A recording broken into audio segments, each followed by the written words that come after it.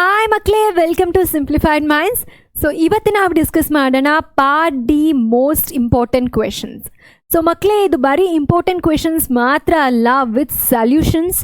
So ನಾನು previous year papers ಇರಬಹುದು, model question papers ಇರಬಹುದು, ಮತ್ತು ತುಂಬ ಇವ್ಯಾಲ್ಯೂಯೇಷನ್ ಸ್ಕೀಮ್ ಮೇಲೆ ಹೇಗೆ ಮಾಡೆಲ್ ಕ್ವೆಶನ್ ಪೇಪರ್ಸ್ ಕೊಟ್ಟಿರ್ತಾರೆ ಅದೆಲ್ಲ ನೋಡಿಬಿಟ್ಟು ಮಾಡಿರೋಂಥ ಇಂಪಾರ್ಟೆಂಟ್ ಕ್ವೆಶನ್ಸ್ ವಿತ್ ಸಲ್ಯೂಷನ್ಸ್ ನಾನೇ ಖುದ್ದಾಗಿ ಕೂತ್ಕೊಂಡು ಎಲ್ಲ ಬರೆದು ಹ್ಯಾಂಡ್ ರಿಟನ್ ಫಾರ್ಮೆಟಲ್ಲಿರುವಂತಹ ಇಂಪಾರ್ಟೆಂಟ್ ಕ್ವೆಶನ್ಸ್ ವಿತ್ ಸಲ್ಯೂಷನ್ಸ್ ಇದು ಮಕ್ಕಳೇ. ಸೊ ಪಾರ್ಟ್ ಡಿ ನಾನು ನಿಮಗೆ ಸೆಕ್ಷನ್ ವೈಸ್ ಅನಾಲಿಸಿಸ್ ಮಾಡಬೇಕಾದ್ರೆ ಹೇಳಿದ್ದೆ, it is very important part. So 5 marks questions ಬರುತ್ತೆ. ಸೊ ಇದರಲ್ಲಿ ನೀವು ಈಸಿಯಾಗಿ 25 ಔಟ್ ಆಫ್ 25 ಸ್ಕೋರ್ ಮಾಡಬಹುದು ಅಂತ. ಸೊ ಅದಕ್ಕೆ ಹೇಳಿದ್ದೆ ನಾನು 5 ಇಂಪಾರ್ಟೆಂಟ್ ಟಾಪಿಕ್ಸ್ ಅಥವಾ ಚಾಪ್ಟರ್ಸ್ ಇದೆ, ಅಷ್ಟನ್ನ ಓದ್ಕೊಂಡ್ರೆ 5 out of 5 in all those chapters. So 25 out of 25 score ಮಾಡಬಹುದು ಅಂತ. ಸೊ ಆ ಚಾಪ್ಟರ್ಸ್ ಯಾವುದು ಅಂತ ಹೇಳಿದ್ದೆ, that is sexual reproduction in flowering plants, human reproduction, principles of inheritance, molecular basis of inheritance ಮತ್ತು ಹ್ಯೂಮನ್ ಹೆಲ್ತ್ ಆ್ಯಂಡ್ ಡಿಸೀಸಸ್ ಅಲ್ವಾ. So ಆ ಚಾಪ್ಟರ್ಸ್ಗಳ ಮೇಲೆ 5 ಮಾರ್ಕ್ಸ್ ಕ್ವೆಶನ್ಸ್ ಯಾವುದೆಲ್ಲ ಬರಬಹುದು ಅನ್ನೋದೆಲ್ಲ ಇಲ್ಲಿ ವಿತ್ ಸಲ್ಯೂಷನ್ಸ್ ಕವರ್ ಆಗಿದೆ. ಸೊ ಇಷ್ಟನ್ನ ನೋಡ್ಕೊಂಡು ಹೋದರೆ ನೀವು ತುಂಬ ಚೆನ್ನಾಗಿ ಬೋರ್ಡ್ ಎಕ್ಸಾಮ್ಸ್ನ ರಾಕ್ ಮಾಡ್ತೀರಾ. So part D 25 out of 25 ನಿಮಗೆ ಖಂಡಿತವಾಗಿಯೂ ಬರುತ್ತೆ, ಓಕೆನಾ. So here will discuss about the part D 5 marks questions of first sexual reproduction in flowering plants. So ಯಾವ ಥರದ್ದೆಲ್ಲ ಪ್ರಾಬಬಲ್ ಕ್ವೆಶನ್ಸ್ ಬರಬಹುದು ಅಂತ ನೋಡೋದಾದರೆ, explain the different outbreeding devices developed by flowering plants. Or ಈ ಕ್ವೆಶನ್ಸ್ನ ಹೀಗೂ ಕೇಳಬಹುದು ಮಕ್ಕಳೇ, flowering plants have developed many devices to discourage self pollination and encourage cross pollination. Justify. So ನಿಮಗೆ ಗೊತ್ತು, ಪ್ಲಾಂಟು ಸೆಲ್ಫ್ ಪಾಲಿನೇಷನ್ನ ಡಿಸ್ಕರೇಜ್ ಮಾಡೋದಕ್ಕೆ, ದಟ್ ಈಸ್ ಇನ್ಬ್ರೀಡಿಂಗ್ ಡಿಪ್ರೆಷನನ್ನು ಡಿಸ್ಕರೇಜ್ ಮಾಡೋದಕ್ಕೆ, ಕ್ರಾಸ್ ಪಾಲಿನೇಷನನ್ನು ಎನ್ಕರೇಜ್ ಮಾಡೋದಕ್ಕೆ ಕೆಲವೊಂದು ಮೆಥಡ್ಸನ್ನು ಇಟ್ಕೊಂಡಿದೆ. ದಟ್ ಈಸ್ ಡೈಕೋಗ್ಯಾಮಿ ಇರಬಹುದು, ಹೆಟಿರೋಸ್ಟೈಲ್ ಇರಬಹುದು, ಸೆಲ್ಫ್ ಇನ್ಕಂಪ್ಯಾಟಬಿಲಿಟಿ ಇರಬಹುದು, ಯೂನಿಸೆಕ್ಷುಯಾಲಿಟಿ ಇರಬಹುದು. ಇದೆಲ್ಲನೂ ನೀವು ನೀಟಾಗಿ ಎಕ್ಸ್ಪ್ಲೇನ್ ಮಾಡಬೇಕು. ಸೊ ನಿಮಗೆ ಇಲ್ಲಿ ಆನ್ಸರ್ಸ್ ಬೇಕಂದರೆ ದಯವಿಟ್ಟು ಸ್ಕ್ರೀನ್ಶಾಟ್ಸ್ ತೆಕ್ಕೊಳ್ಳಿ, ಒಂದೊಂದು ಬರೆದು ತೋರಿಸೋದಕ್ಕಾಗಲ್ಲ. Already it's written in hand written notes format. 5 ಮಾರ್ಕ್ಸಿಗೆ ಎಷ್ಟು ಬರಿಬೇಕೋ ಅದೆಲ್ಲ ಕ್ಲೀನಾಗಿದೆ. So if you take the screenshot of this particular thing, ನಿಮ್ಮ ನೋಟ್ಸ್ ಆಗುತ್ತೆ ಅದು. ಸೊ ಹೀಗೆ ಈ ಕ್ವೆಶನ್ಗೆ 5 ಮಾರ್ಕ್ಸ್ ಕೇಳಿದ್ರೆ ಒಂದೊಂದನ್ನು ಇನ್ ಡೀಟೇಲ್ ಆಗಿ ಎಕ್ಸ್ಪ್ಲೇನ್ ಮಾಡಬೇಕು, okay. So coming to second question ಮಕ್ಕಳೇ, ಡಬಲ್ ಫರ್ಟಿಲೈಸೇಷನ್. ನಾನು ಇದನ್ನು ಕ್ಲಾಸಲ್ಲೂ ಹೇಳಿದ್ದೆ, ಡಬಲ್ ಫರ್ಟಿಲೈಸೇಷನ್ ತುಂಬ ಇಂಪಾರ್ಟೆಂಟ್ ಕಾನ್ಸೆಪ್ಟು, ಅದ್ರ ಮೇಲೆ ಕ್ವೆಶನ್ಸ್ ಬರುತ್ತೆ ಅಂತ. So they have asked double fertilization is a unique event taking place in flowering plants. Briefly explain. So ಹೇಗೆ ಡಬಲ್ ಫರ್ಟಿಲೈಸೇಷನ್ ಆಗುತ್ತೆ? So most of the questions ಏನೇ 5 ಮಾರ್ಕ್ಸಲ್ಲಿ ಕೇಳಿದ್ರು ನಿಮಗೆ ಡಯಾಗ್ರಾಮ್ ಏನಾದರೂ ಅದರಲ್ಲಿ ಇದ್ದರೆ ಫಸ್ಟ್ ಡಯಾಗ್ರಾಮ್ ಬರೆದುಬಿಡಿ, okay. That will fetch you some 2 to 3 marks, okay. Then ಎಕ್ಸ್ಪ್ಲನೇಷನ್ನು ನಿಮಗೆ ನೆಕ್ಸ್ಟ್ ಬೇಸ್ಡ್ ಆನ್ ದ 5 ಮಾರ್ಕ್ಸಲ್ಲಿ ಏನು ಕೇಳಿರ್ತಾರೆ ಅನ್ನೋದ್ರ ಮೇಲೆ ಎಕ್ಸ್ಪ್ಲನೇಷನ್ಗೂ ಮಾರ್ಕ್ಸ್ ಇರುತ್ತೆ. ಸೊ ಇದು ತುಂಬ ಸಿಂಪಲ್ ಔಟ್ಲೈನ್ ಹಾಕಿ ಇಲ್ಲಿ ಸೈನರ್ಜಿಟ್ಸ್ ಇರಬಹುದು, ಝೈಗೋಟ್ ಇರಬಹುದು, ಪ್ರೈಮರಿ ಎಂಡೋಸ್ಪರ್ಮ್ ಸೆಲ್ ಇರಬಹುದು, ಪ್ರೈಮರಿ ಎಂಡೋಸ್ಪರ್ಮ್ ನ್ಯೂಕ್ಲಿಯಸ್ ಇರಬಹುದು, ಮತ್ತು ಡಿಜನರೇಟಿಂಗ್ ಆಂಟಿಪೋಡಲ್ ಸೆಲ್ಸ್, ಇದೆಲ್ಲ ಬರಿಬೇಕು. ಆಫ್ಟರ್ ದಿಸ್ ನಿಮಗೆ ಗೊತ್ತು, ಪೋಲನ್ ಟ್ಯೂಬ್ ಒಳಗಡೆ ಮೇಲ್ ಗ್ಯಾಮೆಟ್ ಬಂದ ಮೇಲೆ 2 ಮೇಲ್ ಗ್ಯಾಮೆಟ್ ಬರುತ್ತೆ. So 2 male gamete has different phase. First male gamete ಏನಾಗುತ್ತೆ, ಹೋಗಿ ನಿಮ್ಮ ಎಕ್ಸೆಲ್ ನ್ಯೂಕ್ಲಿಯಸ್ಗೆ ಸೇರ್ಕೊಳ್ಳುತ್ತೆ. ಸೆಕೆಂಡ್ ಹೋಗಿ ಫ್ಯೂಸ್ ಆಗುತ್ತೆ. Second male gamete 2 polar nucleus ಜೊತೆ ಸೇರ್ಕೊಳ್ಳುತ್ತೆ. That is called as syngamy and it is called as triple fusion. Together ನಿಮಗೆ ಝೈಗೋಟ್ ಮತ್ತು ಪ್ರೈಮರಿ ಎಂಡೋಸ್ಪರ್ಮ್ ನ್ಯೂಕ್ಲಿಯಸ್ 2 ಬರುತ್ತೆ. ಆ್ಯಂಡ್ ಟುಗೆದರ್ ಸಿಂಗ್ಯಾಮಿ ಮತ್ತು ಟ್ರಿಪಲ್ ಫ್ಯೂಷನ್ 2 ಸೇರಿಸಿ ಡಬಲ್ ಫರ್ಟಿಲೈಸೇಷನ್ ಅಂತ ಕರೀತಾರೆ. ಸೊ ಇದಿಷ್ಟು ನಿಮಗೆ ಕ್ಲೀನಾಗಿ ಗೊತ್ತಿರಬೇಕು. ಇದನ್ನು ನೀಟಾಗಿ ಎಕ್ಸ್ಪ್ಲೇನ್ ಮಾಡಿದ್ರೆ 5 ಮಾರ್ಕ್ಸ್ ಬರುತ್ತೆ. ಸೊ ಇಲ್ಲಿ ನಾನು ಫ್ಲೋ ಚಾರ್ಟ್ ಫಾರ್ಮೆಟಲ್ಲಿ ಕೊಟ್ಟಿದ್ದೀನಿ, ಬಟ್ ನೀವು ಎಕ್ಸ್ಪ್ಲೇನ್ ಮಾಡಬೇಕಾದ್ರೆ ಎಲ್ಲ ಪಾಯಿಂಟ್ ವೈಸು ಕ್ಲೀನಾಗಿ ಬರೀರಿ, okay. Then draw a neat label diagram of transverse section of young ant. So ಈ ಕ್ವೆಶನ್ನು ತುಂಬ ಇಂಪಾರ್ಟೆಂಟು. ಇದು ಕೇಳಿದರೆ ಇದು ಒಂದು ಸಿಂಪಲ್ ಡಯಾಗ್ರಾಮ್ ಬರೆದ್ಬಿಟ್ಟು ಇಲ್ಲಿ ಕನೆಕ್ಟಿವ್ ಟಿಶ್ಯೂ, ಎಪಿಡರ್ಮಿಸ್, ಎಂಡೋಥೀಕಮ್, ನಿಮ್ಮ ಮಿಡಲ್ ಲೇಯರ್ ಏನಿದೆ ಟೇಪಿಟಮ್, ಇಷ್ಟನ್ನು ಮೆನ್ಷನ್ ಮಾಡಿರಬೇಕು. ಮೆನ್ಷನ್ ಮಾಡಿದ್ಮೇಲೆ ಎಪಿಡರ್ಮಿಸಲ್ಲಿ ಎಲ್ಲಿ ಫಾರ್ಮ್ ಆಗುತ್ತೆ ಅದು outer single layer, then endothecium ಏನು, ಮಿಡಲ್ ಲೇಯರ್ ಏನು, tapetum is helping for nourishment of the pollen grain. So ಇಷ್ಟನ್ನು ಕ್ಲೀನಾಗಿ ಬರೆದ್ರೆ this will fetch you 5 marks, okay. Sometimes 3 marks question ಆಗೋ ಕೇಳ್ತಾರೆ ಮಕ್ಕಳೇ, ಬಟ್ ಪ್ರಾಬಬಿಲಿಟಿ 2 ಕಡೆ ಆಗ್ಬೋದು, ಹೇಳೋಕ್ಕಾಗಲ್ಲ ಅದು. ಮತ್ತು ಸಮ್ ಎಂಜಿಯೋಸ್ಪರ್ಮಿಕ್, ಸೊ ಇಲ್ಲಿ 4th ಕ್ವೆಶನಲ್ಲಿ ಪಾರ್ಟ್ ಎ ಇದೆ. So this will carry 3 marks. So 3 marks ಕೇಳ್ತಾ ಇದ್ದಾರೆ. Some angiospermic plants pollinate only with the help of wind. Why? So due to some specific adaptations that were modified by that plant ಅಲ್ವಾ. So ಯಾವುದೆಲ್ಲ adaptations ಇರುತ್ತೆ ಅಂತ ಹೇಳಿದ್ರೆ, so lack of attractive structures of the flower ಇರ್ಬೋದು, ಅಂದರೆ colour ಇರಲ್ಲ, bright colours ಇಂದ flower ಮಾಡಿರೋದಿಲ್ಲ, so that it will not attract any insects or animals ಅಲ್ವಾ. ಸೊ ಫ್ಲವರ್ ಯೂಶಲಿ ತುಂಬ ಲೈಟ್ ವೆಯ್ಟ್ ಆಗಿರುವಂಥದ್ದು, and its stigma and anther ಏನಾಗುತ್ತೆ, open ಆಗಿರುತ್ತೆ, ಸೆಂಟ್ ಇರೋದಿಲ್ಲ, ಈ ಥರ ಬರಿಬೇಕು. ಸೊ ಇಲ್ಲೇನಾಯಿತು, production of large amount of pollen, so that high quality of light weight ಪೋಲನ್ನು ಈಸಿಯಾಗಿ ವಿಂಡಲ್ಲಿ ಹೋಗಿ ಪಾಲಿನೇಟ್ ಆಗೋದಕ್ಕೆ ಹೆಲ್ಪ್ ಮಾಡುತ್ತೆ. Then flower structure I explain you. Then habitat, usually ಇದೆಲ್ಲ ಓಪನ್ ಏರಿಯಾದಲ್ಲಿ ಇರುವಂಥದ್ದು ಮಕ್ಕಳೇ. ಓಪನ್ ಏರಿಯಾದಲ್ಲಿ ಈಸಿಯಾಗಿ ವಿಂಡ್ ಬ್ಲೋ ಆಗುತ್ತೆ, so that these pollens will be carried ಅಂತ. So example for this is usually grass family, ಇದು ಮೇಝು, ವೀಟು, ಇದೆಲ್ಲ ಓಪನ್ ಗ್ರೌಂಡಲ್ಲಿ ಇರುವಂಥದ್ದು. In this pollination occurs by wind. And ನಿಮಗೆ ಟ್ರೀಸ್ ಅಂತ ಬಂದಾಗ ಓಕ್, ಪೈನ್ ಇದು ಎಲ್ಲ ಬರುತ್ತೆ. ದೆನ್ ನೆಕ್ಸ್ಟ್ ಕ್ವೆಶನ್ ಬಂದು, why apple is called false fruit, which part of it forms the fruit. So ನಿಮಗೆ ಗೊತ್ತು ಟ್ರೂ ಫ್ರೂಟ್ ಮತ್ತು ಫಾಲ್ಸ್ ಫ್ರೂಟ್ ಡಿಫ್ರೆನ್ಸ್ ಏನು, ಡೆಫಿನೇಷನ್ ಏನು ಅಂತ. ಸೊ ಟ್ರೂ ಫ್ರೂಟಲ್ಲಿ ಓವರಿ ಬಂದು ಫ್ರೂಟ್ ಆಗಿ ಫಾರ್ಮ್ ಆಗುತ್ತೆ, ಮತ್ತು ನಿಮ್ಮ ಫಾಲ್ಸ್ ಫ್ರೂಟಲ್ಲಿ any part other than ovary will contribute to the fruit formation ಅಲ್ವಾ. So in apple the it's false fruit because the thalamus is contributing for the formation of fruit, right. So that's why it's called as false fruit. So then next question, read the below given statement and answer the given questions. A breeder is interested in crossing different species of plants to combine desirable characters to produce commercially superior variety. So what major approach in crop improvement program would you suggest to the breeder to achieve this goal? ನಿಮಗೆ ಗೊತ್ತಿದೆ, artificial hybridization is one technique which is very much helpful in providing desired quantity or desired quality ಇರೋಂತಹ ಪ್ರಾಡಕ್ಟ್ಸನ್ನ ಪ್ಲಾಂಟ್ಸಲ್ಲಿ ಪಡ್ಕೊಳ್ಳೋದಕ್ಕೆ ಅದೊಂದು method. So ಅದಕ್ಕೆ artificial hybridisation example. So discuss in detail the techniques involved in the process. So ನಿಮಗೆ ಗೊತ್ತು, ಅದರಲ್ಲಿ 2 process ಇದೆ, ಎಮ್ಯಾಸ್ಕ್ಯುಲೇಷನ್ and bagging. So emasculation, unisexual flower ಆಗಿದ್ರೆ emasculation ಬೇಡ. So if it's bisexual then it has to be emasculated and then it has to be bagged. After that it is fused with a stigma, is again bagged after desired pollen is fertilized with it. Okay, so ಈ ಪ್ರಾಸೆಸ್ಸನ್ನು ಚೆನ್ನಾಗಿ ನೆನ್ಪಿಟ್ಕೊಳ್ಳಿ. 3 marks ಕ್ವೆಶನಲ್ಲೂ ಬರ್ಬೋದು sometimes. Okay. Okay. Then pollen pistil interaction is a dynamic process involving pollen recognition followed by promotion or inhibition. Explain.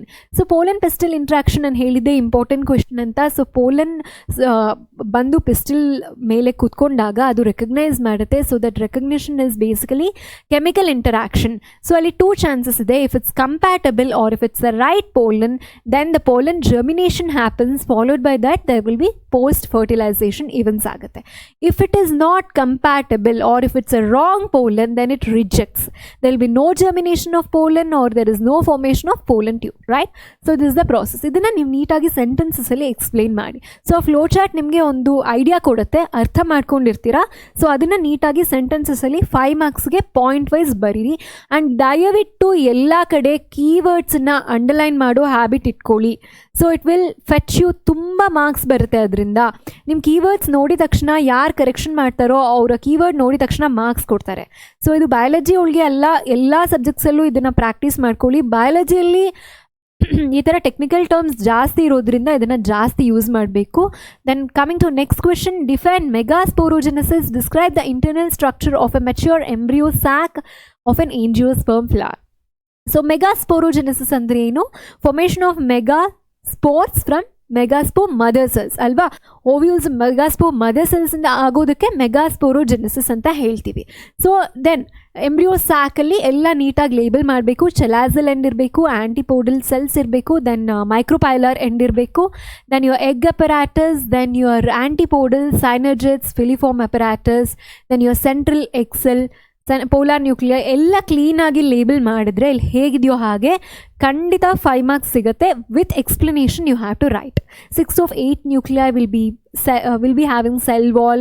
It is 7 nucleated, 7 celled, ಇದೆಲ್ಲ ಬರಿಬೇಕು ಕ್ಲೀನಾಗಿ. Okay, so then it is called monosporic embryo sac, right? Okay, so ಇದೊಂದು model question ಪೇಪರಲ್ಲಿ ಒಂದು question ಇತ್ತು. It's a bit application question, but it is not difficult. ಅರ್ಥ ಮಾಡ್ಕೊಂಡಿದ್ರೆ ಇದನ್ನು ಬರಿಬೋದು ಮಕ್ಕಳೇ. ಸೊ ಇಲ್ಲಿ ನೋಡಿ, Complete the given tabular column with respect to male and female gametophyte of angiosperms for the mentioned character. Okay, so character ಏನು, number of cells present in male gametophyte, you know it's 3, and number of female gametophyte, number of cells in mature female gametophyte 7. ಇವಾಗ ತಾನೇ ನೋಡಿದ್ವಿ. The number of gametes present in male gametophyte 2, whereas in female it is 1. Type of cell division in development of male gametophyte and female gametophyte both is meiosis, you know. Then ploidy of the cell, ಅಂದರೆ ಅದು haploid diploid ಅಂತ ಕೇಳೋದಾದರೆ ಎರಡು ಕೂಡ haploid.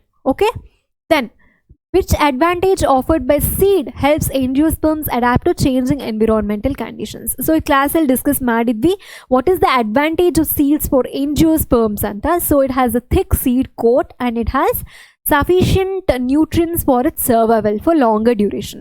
So thick seed coat ಏನು ಮಾಡುತ್ತೆ, temperature ಮತ್ತು humidity ಎಲ್ಲದಕ್ಕೂ resistance ಆಗಿರುತ್ತೆ, ಮತ್ತು ಅದರಲ್ಲಿರುವಂಥ ನ್ಯೂಟ್ರಿಷನ್ ಏನು ಮಾಡುತ್ತೆ, ಅದು ಲಾಂಗರ್ ಡ್ಯೂರೇಷನ್ಗೆ ನರಿಶ್ಮೆಂಟನ್ನು ಕೊಡುತ್ತೆ, even in the extreme conditions till it gets favourable conditions.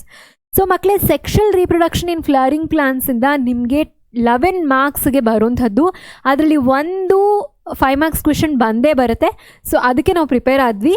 ಇವಾಗ ಹ್ಯೂಮನ್ ರೀಪ್ರೊಡಕ್ಷನ್ ಚಾಪ್ಟರು 10 ಮಾರ್ಕ್ಸ್ಗೆ ಒಂದು ಖಂಡಿತವಾಗಿ 5 ಮಾರ್ಕ್ಸ್ ಕ್ವೆಶನ್ ಬಂದೇ ಬರುತ್ತೆ. ಸೆಕ್ಷುವಲ್ ರೀಪ್ರೊಡಕ್ಷನ್ ಇನ್ ಫ್ಲವರಿಂಗ್ ಪ್ಲಾಂಟ್ಸಿಂದ 1 5 ಮಾರ್ಕ್ಸ್ ಕ್ವೆಶನ್ ಬಂತು, ಇದರಿಂದ ಒಂದು 5 ಮಾರ್ಕ್ಸ್ ಕ್ವೆಶನ್ ಬಂತು. So 5 marks 10 marks. So if you study this 10 marks.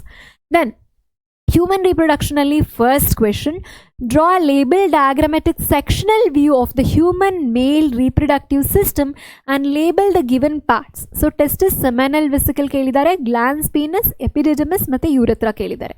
So this is all about the human reproductive organ.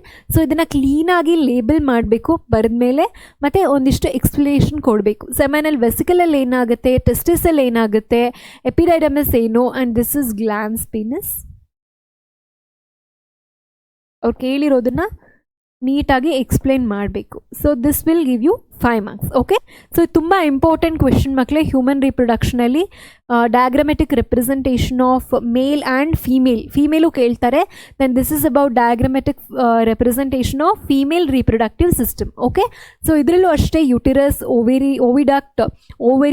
ಓವಿಡಕ್ಟ್ of fallopian tube ಇರಬಹುದು, endometrial cell ಇರಬಹುದು, cervix, vagina ಮತ್ತು ಇನ್ನೇನು ಫಿಂಬ್ರೆ ಎಲ್ಲನೂ ಕ್ಲೀನಾಗಿ ಮೆನ್ಷನ್ ಮಾಡಬೇಕು, ಮತ್ತು ಅದ್ರ ಬಗ್ಗೆ 2 ಪಾಯಿಂಟ್ ಬರಿಬೇಕು. Okay, this will give you entire marks. Then neat label diagram of sectional view of mammary gland. So ಇದನ್ನು ಕೇಳ್ತಾರೆ. ಇದು ಅಷ್ಟೇ ಕ್ಲೀನಾಗಿ ಬರೆದು ಇಂಡಿವಿಜುವಲ್ ಫಂಕ್ಷನ್ಸು ಏನೇನಿದೆ ಎಲ್ಲ ಬರಿಬೇಕು. So this is very very important. So these 3 questions it will usually repeat. So ಇದರಲ್ಲಿ ಎಲ್ಲ ಡಯಾಗ್ರಾಮೆಟಿಕ್ ಕ್ವೆಶನ್ಸೇ ಇರುತ್ತೆ. Or schematic representation of spermatogenesis or oogenesis ಕೇಳ್ತಾರೆ. ಸೊ ಇಲ್ಲಿ ನೋಡಿ, ಇಲ್ಲಿ ಸ್ಪರ್ಮೆಟೋಜೆನೆಸಿಸ್ ಸ್ಕಿಮ್ಯಾಟಿಕ್ ಡಯಾಗ್ರಾಮ್ ಕೇಳಿದ್ದಾರೆ. ಸೊ ಸ್ಕಿಮ್ಯಾಟಿಕ್ ಡಯಾಗ್ರಾಮಲ್ಲಿ ನಿಮಗೆ ಗೊತ್ತಿರಬೇಕು ಏನು, ಸ್ಪರ್ಮೆಟೋಗೋನಿಯಾ ಏನಾಗುತ್ತೆ, ಮೈಟೋಸಿಸ್ ಆಗಿ ಡಿಫ್ರೆನ್ಷಿಯೇಟ್ ಆಗುತ್ತೆ. ಡಿಫ್ರೆನ್ಷಿಯೇಟ್ ಆಗಿ ಪ್ರೈಮರಿ ಸ್ಪರ್ಮೆಟೋಸೈಟ್ಸ್ ಬರುತ್ತೆ. ಅದಾದಮೇಲೆ ಫಸ್ಟ್ ಮಿಯೋಟಿಕ್ ಡಿವಿಷನ್ ಆಗುತ್ತೆ. ಫಸ್ಟ್ ಮಿಯೋಟಿಕ್ ಡಿವಿಷನ್ ಆಗಿ ಸೆಕೆಂಡರಿ ಸ್ಪರ್ಮೆಟೋಸೈಟ್ಸ್ ಬರುತ್ತೆ. Followed by that it will give second meiotic division, spermatids which are not active. It will further differentiate to give spermatozoa or sperms which are active. Okay, so this is all about schematic representation of spermatogenesis.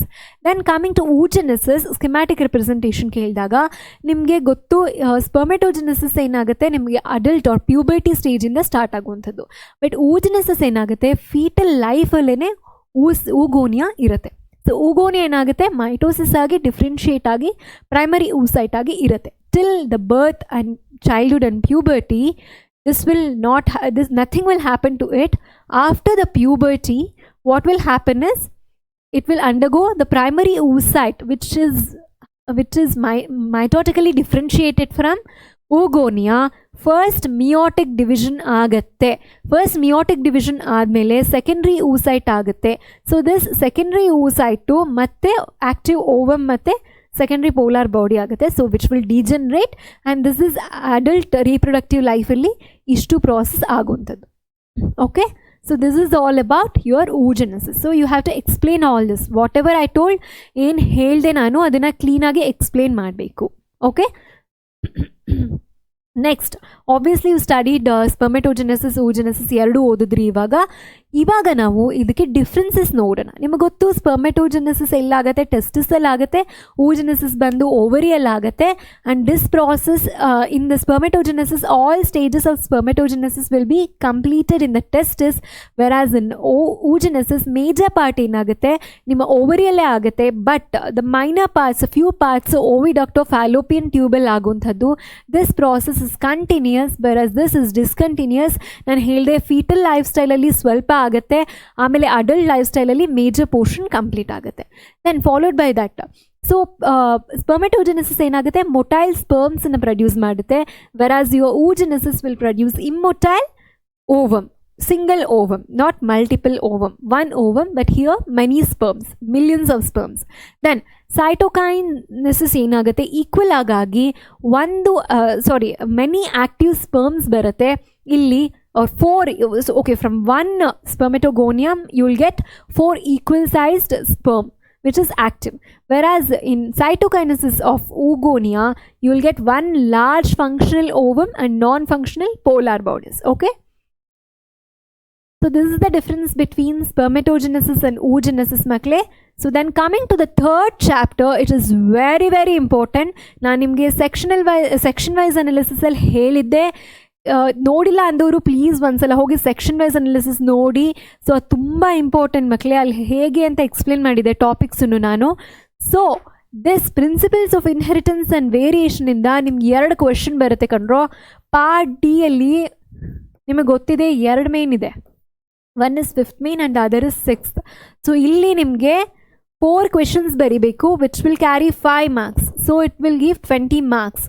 ಇಲ್ಲಿ 1 question ಬರೀಬೇಕು which will carry 5 marks, so this will give 5 marks. So overall it is 20 plus 5 is 25. Out of this email one question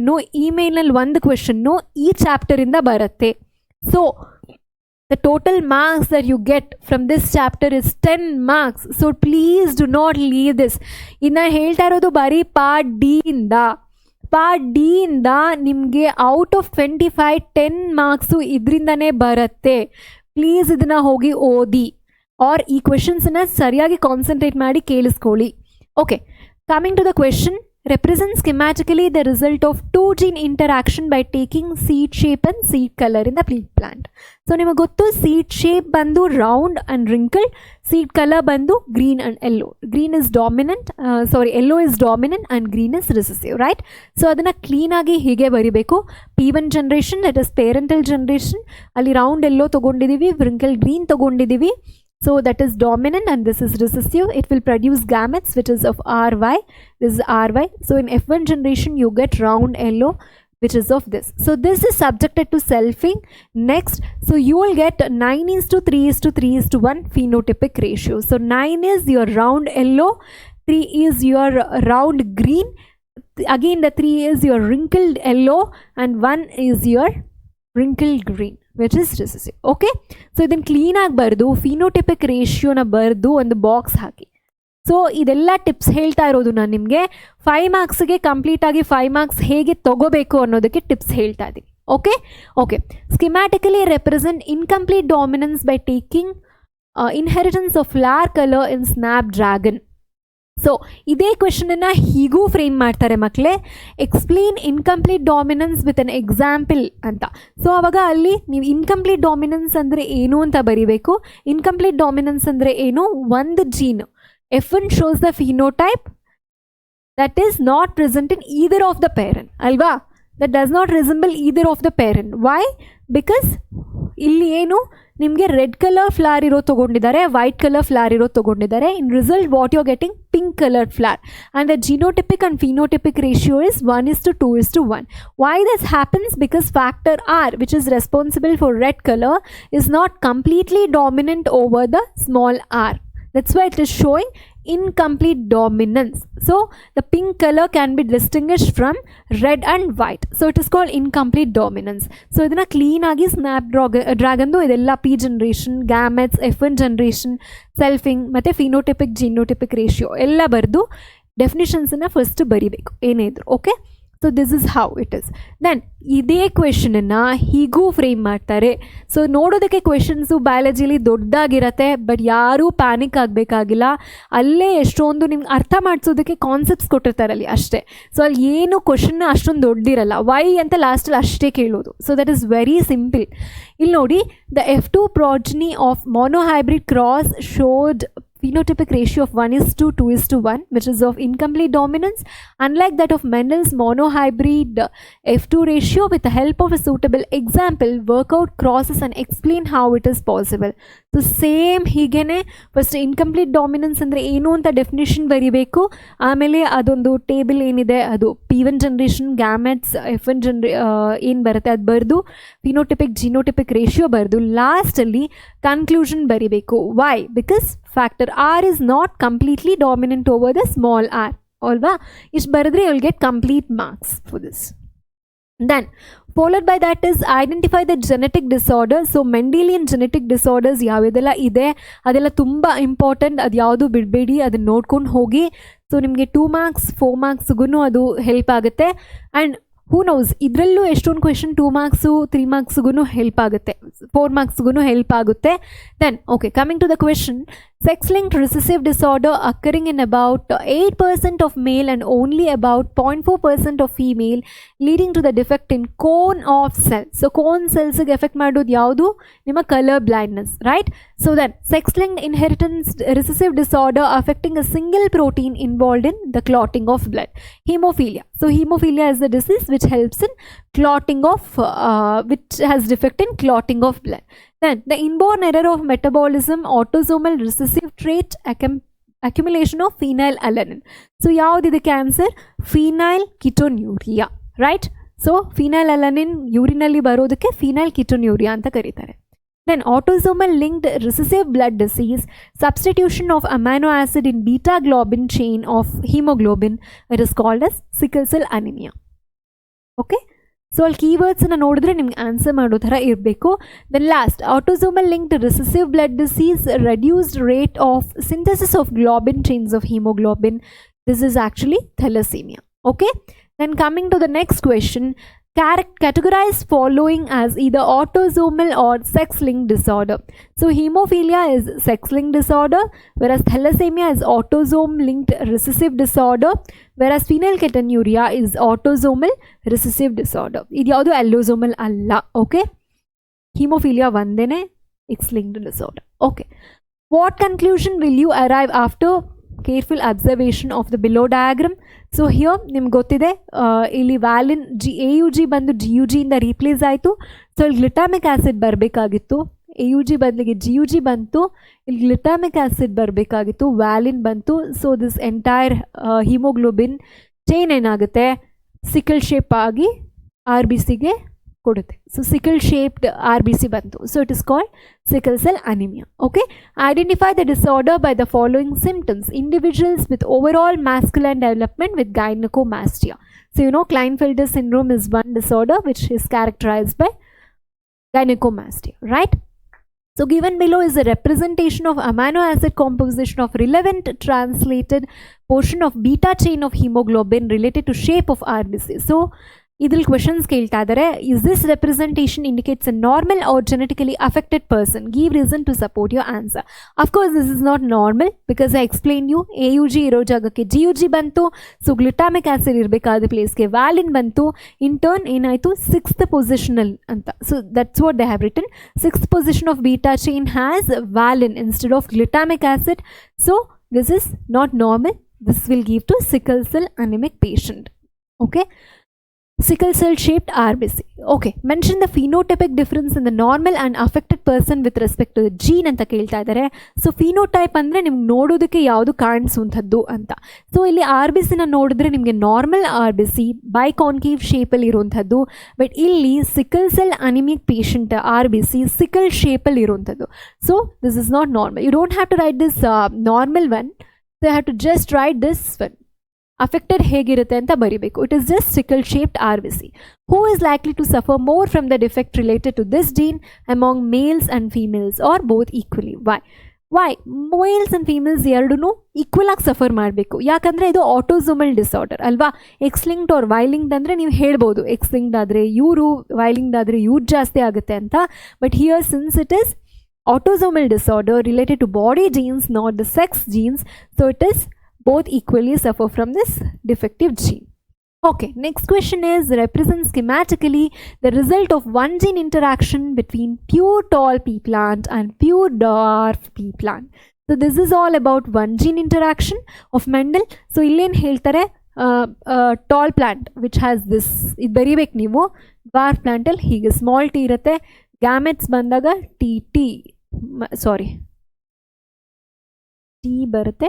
ಬರುತ್ತೆ. So this will give two T and T. So ಇದನ್ನ ಮತ್ತೆ selfing ಮಾಡಿದಾಗ you get tall ಬರಿಬೇಕು. So phenotypic ratio ಬಂದು 3:1 ಇರುತ್ತೆ. 3 tall ಇದ್ದರೆ 1 dwarf ಇರುತ್ತೆ. Genotypic ratio ಬಂದರೆ so it will be like this. So one will be dominant, one will be having heterozygous, one will be homozygous, right? So you have to explain this. So explain Mendel's law of dominance with an example and draw a conclusion. So Mendel's law of dominance in ಹೇಳುತ್ತೆ, characters are controlled by discrete units called factors. So factors ಅನ್ನೋದನ್ನ underline ಮಾಡಿ ಇಲ್ಲಿ. Then factors occur in pair, right? Pair ಅನ್ನೋದನ್ನ underline ಮಾಡಿ. In a dissimilar pair of factors, one member of pair dominates over the other. ಅದಕ್ಕೆ ಇದನ್ನ law of dominance ಅಂತ ಕರಿತೀವಿ. So ಅದರಲ್ಲಿ ಸೇಮ್ ನೀವೇನು ಒನ್ ಜೀನ್ ಇಂಟ್ರಾಕ್ಷನಲ್ಲಿ ಮಾಡಿದ್ರಿ ಅದೇ ಥರ ಬರೆದ್ಬಿಟ್ಟು ಫಿನೋಟಿಪಿಕ್ ಆ್ಯಂಡ್ ಜಿನೋಟಿಪಿಕ್ ರೇಷಿಯೋ ಬರೀರಿ. So they have also ask for conclusion. So ಏನು ಹೇಳಬೇಕು ಕನ್ಕ್ಲೂಷನಲ್ಲಿ, based on F1 result in heterozygous condition T is dominant over, that is capital T is dominant over small t. ಅದನ್ನು ಬರೆದ್ಬಿಟ್ಟು ಕನ್ಕ್ಲೂಷನ್ನು ಇದನ್ನು conclude ಮಾಡಿದ್ರೆ you will get 5 marks. Okay, so it is easy ಮಕ್ಕಳ. ಹೇಗೆ ಬರಿಬೇಕು ಅಂತ ಪ್ಯಾಟರ್ನ್ ತಿಳ್ಕೊಬೇಕು ಅಷ್ಟೇ. ನೀವು ಏನು ಕೇಳ್ತಾರೆ ಕ್ವೆಶನ್ ಇಟ್ಟಾಗ ಅರ್ಥ ಮಾಡ್ಕೊಳ್ಳಿ, ಅದಕ್ಕೆ ಎಷ್ಟು ಟಾಪಿಕ್ಸು ಕವರ್ ಮಾಡಬೇಕು ಬರಿಬೇಕು ಅದನ್ನು ತಿಳ್ಕೊಂಡ್ರೆ ಸಾಕು. Then define aneuploidy, give 2 examples for aneuploidy. So ಏನಾಗುತ್ತೆ ಅನ್ಯೂಪ್ಲಾಯ್ಡಿಯಲ್ಲಿ ಅಂತಂದರೆ ಇದರ addition or deletion of chromosome. So usually ನಿಮ್ಮ ಸೆಲ್ ಡಿವಿಷನ್ ಆಗಬೇಕಾದ್ರೆ ಅದು ಕ್ರೊಮ್ಯಾಟಿಡ್ಸ್ ಏನಾಗುತ್ತೆ ಸೆಗ್ರಿಗೇಟ್ ಆಗುವಾಗ ಸರಿಯಾಗಿ ಸೆಗ್ರಿಗೇಟ್ ಆಗಿಲ್ಲ ಅಂದರೆ ಅಡಿಷನ್ಸ್ ಆರ್ ಡಿಲಿಷನ್ಸ್ ಆಗಬಹುದು, gain R loss of chromosome ಆಗುತ್ತೆ. ಅದಕ್ಕೆ ಅನ್ಯೂಪ್ಲಾಯ್ಡಿ ಅಂತ ಕರಿತೀವಿ. ಸೊ ಅನ್ಯೂಪ್ಲಾಯ್ಡಿಗೆಲ್ಲಿ 2 ಟೈಪ್ಸ್ ಇದೆ, ಹೈಪರ್ ಅನ್ಯೂಪ್ಲಾಯ್ಡಿ ಆ್ಯಂಡ್ ಹೈಪೋ ಅಂತ. ಹೈಪರ್ ಅಂದರೆ ಜಾಸ್ತಿ ಅಲ್ವಾ. ಸೊ ಡೌನ್ ಸಿಂಡ್ರೋಮಲ್ಲಿ 21st ಕ್ರೋಮೋಸೋಮ್ ಜಾಸ್ತಿ ಇದೆ. So that's why it is called as 21st trisomy, gain of 1 extra copy of 21st chromosome. It is hyper aneuploidy. And hypo ಅಲ್ಲಿ ನಿಮಗೆ Turner syndrome ಬರುತ್ತೆ, ಅಲ್ಲಿ ಒಂದು ಎಕ್ಸ್ ಕ್ರೋಮೋಸೋಮ್ ಲಾಸ್ ಆಗುತ್ತೆ, right? It is an example for autosomal, this is an allosomal. Okay fine. That write a note. ಈಗ ನೋಡಿ ಇದೇ ಥರ ಕ್ವೆಶನ್ಸ್ ಬರುತ್ತೆ ಅಂತ ನಾನು ಹೇಳೋಕ್ಕಾಗಲ್ಲ. ಇಲ್ಲಿ ಯಾಕೆ ನಾವು ಡಿಸ್ಕಸ್ ಮಾಡೋದನ್ನು ಕೇಳಿಸ್ಕೋಬೇಕು ಕಾನ್ಸಂಟ್ರೇಟ್ ಮಾಡಿ ಅಂತ ಅಂದರೆ ನಾನು ಕೆಲವು ಎಕ್ಸ್ಪ್ಲನೇಷನ್ಸ್ ಕೊಟ್ಟೆ. ಹೈಪರ್ ಅನ್ಯೂಪ್ಲಾಯ್ಡಿ ಹೇಳಿದೆ, ಹೈಪೋ ಅನ್ಯೂಪ್ಲಾಯ್ಡಿ ಹೇಳಿದೆ, ಮತ್ತು ಅಡಿಷನ್ ಡಿಲಿಷನ್ ಎಲ್ಲ ಹೇಳಿದೆ. ಸೊ ಇದೆಲ್ಲ ಕೇಳಿಸ್ಕೊಂಡಾಗ ಕೆಲವು ಸಲ ಬರ್ದಿಲ್ಲದೆ ಇರೋದನ್ನು ನಾನು ಹೇಳ್ತಾ ಇದ್ದೀನಿ. ಸೊ ಈ ಥರ ಕ್ವೆಶನ್ಸ್ ಬಂದ್ರೂ ನೀವು ತುಂಬ ಚೆನ್ನಾಗಿ ಆನ್ಸರ್ ಮಾಡ್ಬೋದು. That's why please listen to the class properly. Okay, write a note on phenylketonuria. So ಇವಾಗ ನೀವು ಓದಿದ್ರಿ ಫೀನೈಲ್ ಕಿಟೋನ್ಯೂರಿಯಾ ಬಂದು inborn error of metabolism which is an autosomal recessive trait. ಏನಾಗುತ್ತಪ್ಪ ಅಂದರೆ ಫೀನೈಲ್ ಅಲನಿನ್ನು ಟೈರೋಸಿನ್ ಆಗಿ ಕನ್ವರ್ಟ್ ಆಗಬೇಕಂದ್ರೆ ಫೀನೈಲ್ ಅಲನಿನ್ ಹೈಡ್ರಾಕ್ಸಿಲೇಸ್ ಅಂತ ಒಂದು ಎನ್ಸೈಮ್ ಬೇಕು. ಓಕೆ, ಹೈಡ್ರಾಕ್ಸಿಲೇಸ್ ಅಂತ ಎನ್ಸೈಮ್ ಬೇಕು. ಆ ಫೀನೈಲ್ ಅಲನಿನ್ ಹೈಡ್ರಾಕ್ಸಿಲೇಸ್ ಅನ್ನೋಂಥ ಎನ್ಸೈಮು ಸಿಂಥಸಿಸೇ ಆಗಲ್ಲ ಅಂದರೆ ಫೀನೈಲ್ ಅಲನಿನ್ನು ಟೈರೋಸಿನ್ ಆಗಿ ಕನ್ವರ್ಟ್ ಆಗೋದಿಲ್ಲ. ಸೊ ಏನಾಯಿತು, ಫೀನೈಲ್ ಅಲನಿನ್ ಆವಾಗ phenyl pyruvic acid and its derivatives ಆಗಿ ಉಳ್ಕೊಳ್ಳುತ್ತೆ ಹಾಗೆ. Okay, since it is not converted to tyrosine. Next this will go on aggregate to a brain and mental retardation ಇರಬಹುದು, pigmentation ಕಡಿಮೆ ಆಗುವಂಥದ್ದು ಸ್ಕಿನ್ದು ಮತ್ತು ಹೇರ್ದು, ಈ ಥರ ಎಲ್ಲ ಡಿಸಾರ್ಡರ್ಸ್ ಆಗುತ್ತೆ. So followed by that this phenyl pyruvic acid will go on accumulate in the urine. So in urine you can see this phenyl alanine component. So because of that it is called as phenylketonuria since it is found in urine. Okay, this is all about note on phenylketonuria. So how phenylketonuria is an example for pleiotropy. So single gene multiple phenotypic expression ಅನ್ನು ಕೊಟ್ಟರೆ ಅದಕ್ಕೆ ಪ್ಲಿಯೋಟ್ರೋಫಿಕ್ gene ಅಂತ ಕರೀತಾರೆ. So phenyl ಅಲನಿನ್ನಲ್ಲಿ ಏನಾಯಿತು ನೀವು ನೋಡಿದ್ರಿ, so multiple phenotypic ಇದು ಕೊಡ್ತಲ್ವಾ. So phenyl ಅಲನಿನಲ್ಲಿ mutation ಆಗಿ ಅದೊಂದು ಫಿನೈಲ್ ಅಲನಿನ್ ಹೈಡ್ರಾಕ್ಸಿಲೇಸ್ ಎನ್ಸೈಮ್ ಇರಲಿಲ್ಲ, but it will gave a lot of phenotypic things like not mental retardation. ನೋಡೋದಕ್ಕೆ ಕಾಣಿಸೋವಂಥದ್ದು ಯಾವುದು, ನಿಮ್ಮ ಹೇರ್ ಮತ್ತು ಸ್ಕಿನ್ದು ಪಿಗ್ಮೆಂಟೇಷನ್ ಕಡಿಮೆ ಆಗಿತ್ತು. ಸೊ ಎರಡು ಆಯ್ತಲ್ವಾ, it reduce the hair and skin pigmentation which is a multiple phenotype. So since it is giving, this disorder is showing multiple phenotypic characters because of the single gene mutation. It is an example for pleiotropy. Then schematically represent the sex determination in honeybee. So it is very important. ನಿಮಗೆ ಗೊತ್ತಿರುತ್ತೆ, in this honeybee it is the case of haplodiploid ಅಂತ. So ಮೇಲಲ್ಲಿ half of what is there in the female ಅಷ್ಟು chromosomes ಇರುತ್ತೆ. For example ಫೀಮೇಲಲ್ಲಿ 32 chromosomes ಇದ್ದರೆ ಮೇಲಲ್ಲಿ it has just 16 chromosome. So if sperm and egg are fused, this is N, this is haploid and this is diploid, so you'll get female which is of queen or worker bee ಆಗಬಹುದು. But if male without if female unfertilized egg which has 2N, ಇದು parthenogenesis ಅಂದರೆ ಏನು, without fertilization, if it gives to any this thing organism, that will lead to male. So this is what the explanation that you have to explain. So it is haplodiploid sex determination, right? So okay, name the genetic disorder in which clotting of blood is affected. Write the features of this genetic disorder. So hemophilia idondu X-linked recessive disorder where the unaffected female carrier, when it mates with the male which is normal, so the one of the female will be carrier but the male will be affected ಅಲ್ವಾ. ಇದಕ್ಕೆ royal disorder ಅಂತಲೂ ಕರಿತೀವಿ. ಯಾಕೆ ಅಂತ ನಂಗೆ ಕಮೆಂಟಲ್ಲಿ ಹೇಳಿ ಮಕ್ಕಳ. ದೆನ್ ಇದ್ರ ಫೀಚರ್ಸ್ ಏನು ಅಂದರೆ impaired clotting. So if there is any cuts of there will be no clotting. So immediately ನಿಮಗೆ ಒಂದು ಕಟ್ ಆದಾಗ ಅಲ್ಲಿ ಮೆಶ್ ಫಾರ್ಮ್ ಆಗುತ್ತೆ, ಮೆಶ್ ಫಾರ್ಮ್ ಆಗಿ ಅಲ್ಲಿ ಇಮಿಡಿಯೇಟಾಗಿ ಕ್ಲಾಟಿಂಗ್ ಫ್ಯಾಕ್ಟರ್ಸ್ ಬಂದು ಕ್ಲಾಟ್ ಆಗುತ್ತೆ. Okay, so but here there is impaired clotting where it will lead to prolonged bleeding. Bleeding ತುಂಬ ಆಗುತ್ತೆ, there will be unstoppable bleeding. So because of this there will be bleeding in muscles, joints and nose. Sometimes this blood will also be seen in urine and stools also. Okay, so why this happens? Because it is X-linked recessive, primary affecting males. So idu female carrier ಆಗಿರುತ್ತೆ but ಮೇಲ್ಗೆ affect ಆಗುತ್ತೆ. ಯಾಕಾಗುತ್ತೆ? Clotting factor deficiency ಇಂದ. So factor 8 is responsible and factor 9 is responsible for deficiency of factor 8 and 9 is responsible for this. So factor 8 ಬಂದು haemophilia A ಬರುತ್ತೆ, factor 9 deficient ಆಗಿದ್ರೆ haemophilia B ಅನ್ನೋಂಥ ಒಂದು ಕಾಯಿಲೆ ಬರುತ್ತೆ. This is all about haemophilia.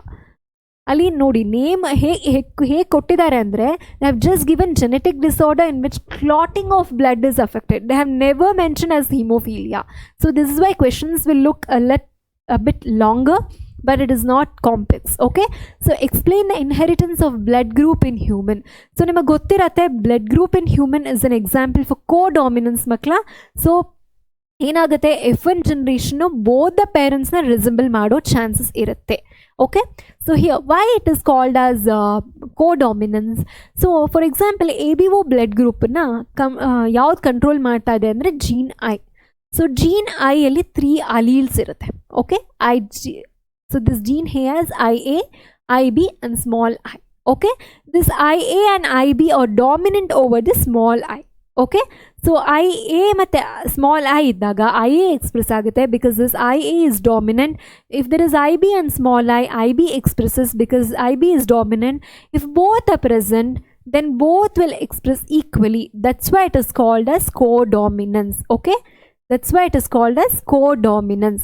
So ಇದನ್ನ ಕ್ಲೀನಾಗಿ explain ಮಾಡಬೇಕು. So if the blood group is IA and small I, since it is A express ಆಗೋದ್ರಿಂದ ಎ ಬ್ಲಡ್ ಗ್ರೂಪ್ ಇರುತ್ತೆ.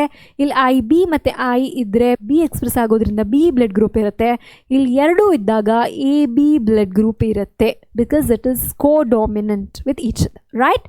So this is all about your principles of inheritance and variation. Okay, so ನಾನು ಹೇಳಿದೆ 2 ಚಾಪ್ಟರಿಂದ ನಿಮಗೆ ಖಂಡಿತವಾಗಿ 2 question ಬರುತ್ತೆ ಅಂತ. ಅದರಲ್ಲಿ ಇನ್ನೊಂದು ಚಾಪ್ಟರ್ ಬಂದು molecular basis of inheritance. So ಈ ಚಾಪ್ಟರು ಅಷ್ಟೇ ತುಂಬ ಇಂಪಾರ್ಟೆಂಟ್ ಮಕ್ಕಳ. ಇದರಿಂದ 2 ಕ್ವೆಶನ್ ಬರುತ್ತೆ. So get over all 10 marks. Again ಇದು ಪಾರ್ಟ್ ಡಿ ಯಲ್ಲಿರೋ 2 ಸೆಕ್ಷನಲ್ಲಿ 5th ಮತ್ತು 6th ಮೇನ್ ಎರಡರಲ್ಲೂ ಸಹ ನಿಮಗೆ ಈ ಚಾಪ್ಟರಿಂದ ಕ್ವೆಶನ್ ಬರುತ್ತೆ. ಸೊ ಇದೆರಡು ಇಂಪಾರ್ಟೆಂಟ್ ಕ್ವೆಶನ್ಸು, ತುಂಬ ಕಾನ್ಸಂಟ್ರೇಟ್ ಮಾಡಿ. Okay, DNA is genetic material in both prokaryotes and eukaryotes, yet the packing process in their cell is not same. Explain. So ನಿಮಗೆ ಗೊತ್ತು why prokaryotes are called prokaryotes ಅಂತ. Prokaryotes are called prokaryotes because they lack nuclear membrane, alva. So that is the first thing. So in prokaryotes there is no defined nucleus and DNA which is of negatively charged, right? So it is negatively charged because of the presence of phosphate group. So this phosphate group present in the DNA is scattered throughout the cell. So ಅದನ್ನು ಕರೆಕ್ಟಾಗಿ condense ಮಾಡಿ ಇಡಬೇಕಂದ್ರೆ ಅದಕ್ಕೆ ಯಾವುದಾದ್ರೂ positive charge molecule ಹಿಡ್ಕೋಬೇಕು ಅಲ್ವಾ. ಆ ಥರ positively charge proteins ಇರುತ್ತೆ. ಆ ಪ್ರೋಟೀನ್ಸ್ ಏನು ಮಾಡುತ್ತೆ, ಅದನ್ನು ಹಿಡ್ಕೊಂಡು ನ್ಯೂಕ್ಲಿಯಾಯ್ಡ್ ಫಾರ್ಮಲ್ಲಿ ಅದು ಸೆಲ್ಲಲ್ಲಿ ಇರುತ್ತೆ. Okay, so the DNA in nucleoid is organized in large loop held by proteins. So if you take the example of bacterial cell, ಹೀಗೆ ಅದು ಇರುತ್ತೆ. This is the nucleoid. Then coming to eukaryotes. In eukaryotes, you know there is a nuclear membrane and compartments ella irodrinda it is more complex. But still, DNA is still negatively charged alva. So adanna compensate madodakke histone octamer annonta ಒಂದು positively charged protein. Histone is protein, so it is positively charged because of the presence of basic amino acids. Basic amino acids like lysine, arginine ಎಲ್ಲ ಇರುತ್ತೆ.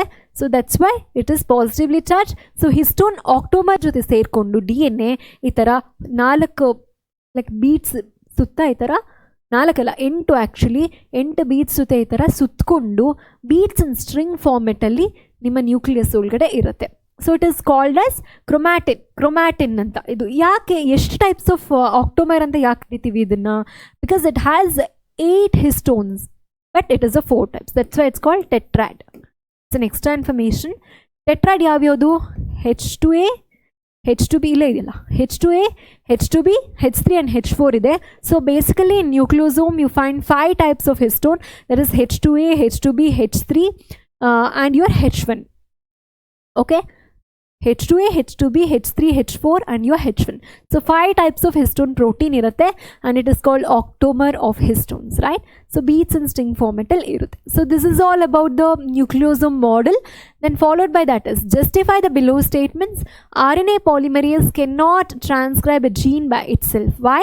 Because it need helper proteins called transcription factors which will help in finding the promoter. ಅಲ್ವಾ, ಪ್ರಮೋಟರ್ನ find ಮಾಡೋದಕ್ಕೆ ಮತ್ತು regulation of transcription process ಅಲ್ವಾ, ಎರಡಕ್ಕೂ ಅದಕ್ಕೆ helper factors, helper proteins, that is transcription factors ಬೇಕು. So it is not independent. Then transcription and translation are separated by site and not coupled in eukaryotes. Just now we discussed in eukaryotes you have compartmentalization, there is nuclear membrane irutte. So that's why transcription happens in your nucleus, whereas translation happens outside the nucleus, that is cytoplasm, and innu specific ಆಗಿ ಹೇಳಬೇಕಂದ್ರೆ rough endoplasmic reticulum. Okay, so then which RNA polymerase enzyme is involved in the transcription of 5S RNA? So ನಿಮಗೆ ಗೊತ್ತಿರಬೇಕಿದು RNA polymerase 3 is involved in the transcription of 5S RNA and extra information ಗೆ it's not just 5S RNA, 5S rRNA, even 5S tRNA, small nuclear RNA ಇದೆಲ್ಲಾನು polymerase 3 ನೇ ನೋಡ್ಕೊಳ್ಳುತ್ತೆ. whereas your polymerase 1 will help in 28S RNA, 18S RNA, 5.8S RNA ಇದೆಲ್ಲಾನು transcribe ಮಾಡೋದು ನಿಮ್ಮ polymerase 1. Okay, then coming to one very important question or very important topic, idr mele question frame ಮಾಡ್ತಾರೆ ಮಕ್ಕಳೇ. This is your Griffith transforming experiment. Okay, so ನಿಮಗೆ ಗೊತ್ತಿರತ್ತೆ ಯಾಕೆ ಮಾಡಿದ್ರು, to prove that genetic material is involved ಅಲ್ವಾ, transcribe ಆಗೋದಕ್ಕೆ. So ಟ್ರಾನ್ಸ್ಫಾರ್ಮೇಷನ್ಗೆ ಯಾವುದೋ ಒಂದು ಜೆನೆಟಿಕ್ ಮೆಟೀರಿಯಲ್ ಇತ್ತು ಅಂತ. So initially they thought it is protein, but ಅವ್ರಿಗೆ ಪ್ರೂವ್ ಮಾಡೋದಕ್ಕಾಗಲ್ಲ ಯಾವುದು ಅಂತ. But they just conduct this experiment and they find that there is some factor which is responsible for transformation of non virulence strain into virulence ಅಂತ. So ಇಲ್ಲೇನು ಮಾಡ್ತಾರೆ, first live rough strain which is not so virulent, ಅಂದರೆ ಅದು harm ಇಲ್ಲದೆ ಇರುವಂಥ strain, ಅದನ್ನು ಮೌಸ್ಗೆ inject ಮಾಡ್ತಾರೆ. ಸೊ ಏನಾಗುತ್ತೆ, ಮೌಸ್ ಉಳ್ಕೊಳ್ಳುತ್ತೆ. Followed by that you see a live S strain. So mice dies there because ಅದು ವಿರುಲೆಂಟ್ ಸ್ಟ್ರೈನ್ ಆಗಿತ್ತು. ದೆನ್ ಹೀಟ್ ಕಿಲ್ ಎಸ್ ಸ್ಟ್ರೈನನ್ನು ಹಾಕಿದಾಗ ಹೀಟ್ ಕಿಲ್ಡ್ ಆಗಿರೋದ್ರಿಂದ ಅದರಲ್ಲಿರೋ ವಿರುಲೆನ್ಸ್ ಹೋಗ್ಬಿಡ್ತು. So mouse lived. But heat kill S ಸ್ಟ್ರೈನನ್ನು live R strain ಜೊತೆಗೆ ಹಾಕಿದಾಗ mice died. Why? even after killing the heat killed S strain, mixing it with R strain make this living R strain virulent. Why? What is the factor which is transforming this R strain into virulent anta aur kandihidiyodakke try ಮಾಡ್ತಾರೆ. So this is done by Frederick Griffith actually in 1928. So ಇದನ್ನ clean ಆಗಿ explain ಮಾಡಬೇಕು. So this will give you 5 marks. Followed by that, what are the functions of I gene? So I gene, it codes for repressor protein. Then lac Z gene, beta galactosidase. Lac Y gene for beta galactosidase, beta galactoside permease. Then your A gene, beta galactoside transacetylase, and your inducer will be lactose. You know, right? Inducer lactose agbahudu athwa allolactose agirbahudu, which is the isomer of lactose. Then ಫಾಸ್ಟಾಗಿ ಹೋಗ್ತಾ ಇದ್ದೀನಿ ಅಂತ ಹೇಳಬೇಡಿ, because there is very less time. ನಿಮಗೆ ಇದು quick revision ಆಗಬೇಕು, ಜೊತೆಗೆ ನಿಮ್ಗೆ ನೋಟ್ಸು ಸಿಗ್ತಾ ಇದೆ ಅಲ್ವಾ. So that's why I am going fast. Then enumerate the characteristic of genetic code. ನಿಮಗೆ ಗೊತ್ತು genetic code is triplet in nature. So 61 codons ಏನು ಮಾಡುತ್ತೆ, ಅಮೈನೋ ಆಸಿಡ್ಸ್ ಏನಿದೆ 22 ಅಮೈನೋ ಆಸಿಡ್ಸ್ಗೆ ಕೋಡ್ ಮಾಡುತ್ತೆ. Followed by that there is 3 stop codons ಇದೆ. Then some amino acids has more than one codon. This is because of the property of codon called degeneracy of codon. Okay, then codons are nearly universal. ಯಾಕೆ ಹಂಗೆ ಹೇಳ್ತೀವಿ ಅಂದರೆ what is true for ant is also true for elephant ಅಂತ ಹೇಳ್ತೀವಿ. ಅಂದರೆ ಒಂದು ಆ್ಯಂಟಲ್ಲಿ ಯಾವುದೋ ಒಂದು AUG ಮಿಥಿಯೋನಿನ್ಗೆ ಕೋಡ್ ಮಾಡ್ತಿದೆ ಅಂದರೆ even in elephant it is coding the same methionine, even in us it is coding the same methionine, even in bacteria it is coding the same methionine. So it is called universal. And AUG has dual function. ಈಗ just ಹೇಳಿದೆ ನಾನು ಮಿಥಿಯೋನಿನ್ನ code ಮಾಡುತ್ತೆ ಅಂತ, ಇನ್ನೊಂದು function ಹೇಳಿ ಏನು ಅಂತ ಕಮೆಂಟಲ್ಲಿ. ಓಕೆ, ನನಗೆ ಗೊತ್ತಾಗುತ್ತೆ ಎಷ್ಟು ಜನ ಕರೆಕ್ಟಾಗಿ ಓದಿದ್ದೀರಾ ಅಂತ. ಸೊ AUGದು ಒಂದು ಫಂಕ್ಷನ್ನು ಡ್ಯುಯಲ್ ಫಂಕ್ಷನಲ್ಲಿ ಮಿಥಿಯೋನಿನ್ನ ಕೋಡ್ ಮಾಡುತ್ತೆ. What is the one more function? ಕಮೆಂಟಲ್ಲಿ ಮಾಡಿ ನನಗೆ. Okay, then UAA, UGA and UAG and UGA ಮೂರು ಸ್ಟಾಪ್ ಕೋಡನ್ಸ್ ಇದೆ. So when this comes it is called as termination of protein synthesis. It is called terminator codon. Okay, so this is all about characteristics of genetic code makle. Then state the arrangement of different genes of lactose operon. So ilke ಏನು ಕೇಳ್ತಿದ್ದಾರೆ ಅಂದರೆ state the arrangement ಅಂತ ಕೇಳ್ತಿದ್ದಾರೆ. ಅಂದರೆ ಯಾವ್ಯಾವುದು ಆರ್ಡರಲ್ಲಿ lactose ಒಪೆರಾನಲ್ಲಿ jeans arrange ಆಗಿದೆ ಅಂತ. So here you go. Lac I gene, it codes for repressor protein. Lac I gene idu promoter. RNA polymerase binds to this particular site. It will help in transcription. Then operator, it will help in repressor protein that will block the transcription, right? So then lac Z avagli discuss madidvi. Beta galactosidase help in breaking off the lactose, and your Y will help in beta galactosidase permease andre it will help in uptake of the lactose into the cell. Then transacetylase help in assimilation. Then followed by that id mooru niಮಗೆ ಗೊತ್ತಿರಬೇಕು. id ಮೂರನ್ನು structural genes which codes for protein. That's what I have written. Okay, then describe the role of lactose in the regulation of lac operon. So it acts as inducer, whereas it signals the cell to produce enzymes, right? Enzyme production ಗೆ ಇದು ಮಾಡುತ್ತೆ. So that enzyme will in turn help in metabolism of lactose. Then explain how elongated DNA in eukaryotic organism fits into small sized nucleus. So just now we discussed how in eukaryotic cell ಹೇಗೆ ಅಷ್ಟು ದೊಡ್ಡ 2 metre ಇರುವಂತಹ DNA ಒಂದು tiny cell ಒಳಗಡೆ ಹೇಗೆ fit ಆಗುತ್ತೆ ಅಂತ ನಾನು ಹೇಳಿದೆ. DNA itself is wrapped around the positively charged histone protein. So DNA itself is negatively charged and it is wrapped around the positively charged histone protein to give nucleosome. So histone octamer ಸುತ್ತಕೊಂಡು ಅದು structure ನೋಡಿದ್ವಿ ನಾವು. Nucleosome ಆಗುತ್ತೆ. Then histone octamer has 8 histone proteins. ಅದು ಬೇಕಂದರೆ mention ಮಾಡಿ ನೀವು ಯಾವ್ಯಾವುದು ಅಂದ್ಬಿಟ್ಟು. Then it is positively charge because of abundant basic amino acids like lysine and arginine. Followed by that you have 200 base pairs of DNA helix in that nucleosome. So each ನ್ಯೂಕ್ಲಿಯೋಸೋಮಲ್ಲಿ ಅಷ್ಟು base pairs ಇರುತ್ತೆ. Then nucleosome repeating units ಏನಾಗುತ್ತೆ, chromatin fibres ಆಗುತ್ತೆ. So chromatin fibres ಏನಾಗುತ್ತೆ, ಇನ್ನು ಮೆಟಾಫೇಸಲ್ಲಿ condense ಆಗಿ ನಿಮಗೆ ಕ್ರೋಮೋಸೋಮ್ಸ್ ಆಗುತ್ತೆ. So chromosome, chroma is colour and soma is body. So colored bodies are called as chromosomes.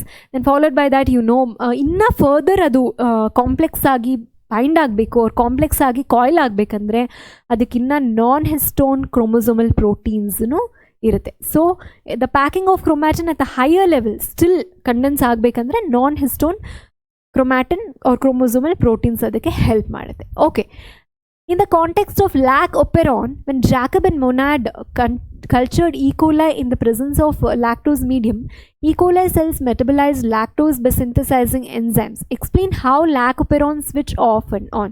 So ಇಷ್ಟು ದೊಡ್ಡ ಕ್ವೆಶನ್ ಕೊಟ್ಟಿದ್ದಾರೆ, ಬಟ್ ಅಲ್ಲಿ ಏನು ಕೊಟ್ಟಿಲ್ಲ. ಇನ್ ಸ್ವಿಚ್ ಆಫ್ ಮತ್ತು switch on of lactose operon ಹೇಗಾಗುತ್ತೆ in the presence of inducer, that is in the presence of lactose and absence of lactose ಹೇಗಾಗುತ್ತೆ ಅಂತ ಬರೀಬೇಕು ಅಷ್ಟೇ. So in absence of lactose ಏನಾಗುತ್ತೆ, ರಿಪ್ರೆಸರ್ ಪ್ರೋಟೀನ್ ಏನಾಗುತ್ತೆ, lac ಐಜಿನಿಂದ produce ಆಗುತ್ತೆ, ಇದು ಆಪರೇಟರ್ಗೆ ಹೋಗಿ ಬೈಂಡ್ ಆಗುತ್ತೆ.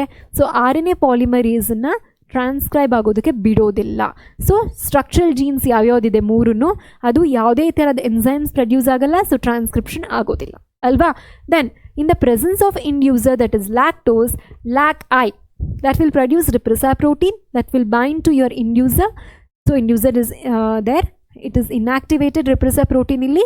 ಮತ್ತು RNA ಪಾಲಿಮರೇಸ್ ಏನಾಗುತ್ತೆ, ಪ್ರಮೋಟರ್ ಸೀಕ್ವೆನ್ಸ್ಗೆ ಹೋಗಿ ಬೈಂಡ್ ಆಗಿದ ತಕ್ಷಣ ಇಲ್ಲಿ 3 ಸ್ಟ್ರಕ್ಚರಲ್ ಜೀನ್ಸ್ ಏನಿದೆ ಅದು ಎನ್ಸೈಮ್ಸನ್ನು ಪ್ರೊಡ್ಯೂಸ್ ಮಾಡುತ್ತೆ. So that is what same is explain in diagram. So ಇಲ್ಲಿ 3 ಪ್ರೋಟೀನ್ಸ್ ಏನಿದೆ, ಸ್ಟ್ರಕ್ಚರಲ್ ಪ್ರೋಟೀನ್ಸ್ ಏನಿದೆ, ಸ್ಟ್ರಕ್ಚರಲ್ ಜೀನ್ಸ್ ZYA ಮೂರೂ ಏನಾಗುತ್ತೆ ಅದ್ರ ಇಂಡಿವಿಜುವಲ್ ಎನ್ಸೈಮ್ಸನ್ನು ಪ್ರೊಡ್ಯೂಸ್ ಮಾಡುತ್ತೆ. ಸೊ ಇಲ್ಲಿ in the presence of inducer ಈ ಥರದಕ್ಕೆ ನೀವು ಪಕ್ಕಾ 5 ಮಾರ್ಕ್ಸ್ ಬಂದುಬಿಡುತ್ತೆ. The thing is you have to write the diagram. Okay, then list the goals of human genome project. ಇಲ್ಲಿ ಎಕ್ಸ್ಪ್ಲನೇಷನ್ ಏನೂ ಇಲ್ಲ, it's just simple. You can take the screenshot. ಬರೀ 5 ಮಾರ್ಕ್ಸ್ಗೆ 5 ಪಾಯಿಂಟ್ಸ್ ಬರೆದ್ರೆ ಸಾಕಿದಕ್ಕೆ. Then describe the Watson Crick model of DNA with a diagram. ಇದಂತೂ ನೀವು ಸ್ಕೂಲಿಂದನೂ ಓದ್ಕೊಂಡು ಬರ್ತಾ ಇರೋ ಕ್ವೆಶನ್. ಸೊ ಇದನ್ನು ಕೇಳಿದ್ರೆ ಕಣ್ಣು ಮುಚ್ಕೊಂಡು ಬರೀಬಹುದು ಈ ಥರ ಕ್ವೆಶನ್ಸ್ ಬಂದುಬಿಟ್ರೆ ಅಂತೂ. But still it's very simple question but yet beautiful. So Watson and Crick ಏನು ಮಾಡ್ತಾರೆ, 1953 based on the data of X-ray diffraction data of Morris Wilkins and Rosalind Franklin ಏನು ಮಾಡ್ತಾರೆ, ಅವ್ರದ್ದೇ ಒಂದು double helical structure of DNA ಎಲಿಸಿಡೇಟ್ ಮಾಡ್ತಾರೆ. It's called double helix because it is just like twisted ladder. ಮಕ್ಕಳ ಇಲ್ಲಿ ನೋಡ್ತಾ ಇದ್ದೀರಾ, ಒಂದು ಲ್ಯಾಡರನ್ನು ಹೇಗೆ ಲ್ಯಾಡರ್ ವಿತ್ ಸ್ಟೆಪ್ಸನ್ನು ಹೇಗೆ ಟ್ವಿಸ್ಟ್ ಮಾಡಿದ್ರೆ ಅದು ಹೇಗೆ ಕಾಣಿಸುತ್ತೆ ಹಾಗೇ ಇರುತ್ತೆ ಮಕ್ಕಳ ಇಲ್ಲಿ. ಸೊ ಇಲ್ಲಿ ನೀವು ಲ್ಯಾಡರ್ ಸ್ಟೆಪ್ಸ್ನ ಏನಂತ ಅಂದ್ಕೊಳ್ಬಹುದು, ಮಧ್ಯ ಪ್ಯೂರಿನ್ ಮತ್ತು ಪಿರಮಿಡನ್ನು ಹೈಡ್ರೋಜನ್ ಬಾಂಡ್ ಆಗಿ ಇರುವಂಥದ್ದು. So 2 anti parallel because one runs in the direction of 5' to 3'. ನೀವು ನೋಡ್ಬೋದು, ಒಂದು 5' to 3' ಹೋಗ್ತಾ ಇದೆ, ಇನ್ನೊಂದು 3' to 5' ಹೋಗ್ತಾ ಇದೆ ಅಲ್ವಾ. So it is anti-parallel to each other since it runs parallel to each other based on the 2 strands paired. So I told that bases in the strand are paired. ಅದು ಹೇಗೆ steps ಇದೆ ಅಲ್ಲಿ, adenine ಮತ್ತು ಥೈಮಿನ್ನು ಮತ್ತು guanine ಮತ್ತು ಸೈಟೋಸಿನ್ನು hydrogen bonded ಆಗಿರುತ್ತೆ. So your A will pair with T with 2 hydrogen bonds and G will pair with C with 3 hydrogen bonds. And then comes Chargaff's rule. Chargaff's rule ಗೊತ್ತು, purine ಮತ್ತು ಪಿರಮಿಡಿನ್ನು 2 constant ಅಮೌಂಟಲ್ಲಿ ಇರುತ್ತೆ ಅಂತ. So ಚಾರ್ಗಾಸ್ rule ಬೇರೆ, ಚಾರ್ಗಾಸ್ ratio ಬೇರೆ. ಚಾರ್ಗಾಸ್ rule ಬೇರೆ, ಚಾರ್ಗಾಸ್ ratio ಬೇರೆ. So 2 it's written here, it's important for NEET which will be explained. So this is all about Chargaff's Watson and Crick double helical structure. So ನಮಗೆ ಗೊತ್ತು ನಮ್ಮ ಸೆಲ್ಲಲ್ಲಿ ಇರುವಂಥದ್ದು ರೈಟ್ ಹ್ಯಾಂಡೆಡ್ ಫ್ಯಾಷನ್ನಲ್ಲಿರುವಂಥ alpha helix. Okay, so it has 10 base pair per each turn. So major groove ಮತ್ತು minor groove ಅಂತ ಇರುತ್ತೆ. So each turn is 3.4 each turn ಬಂದುಬಿಟ್ಟು ಪಿಚ್ ಅಂತ ಕರಿತೀವಿ.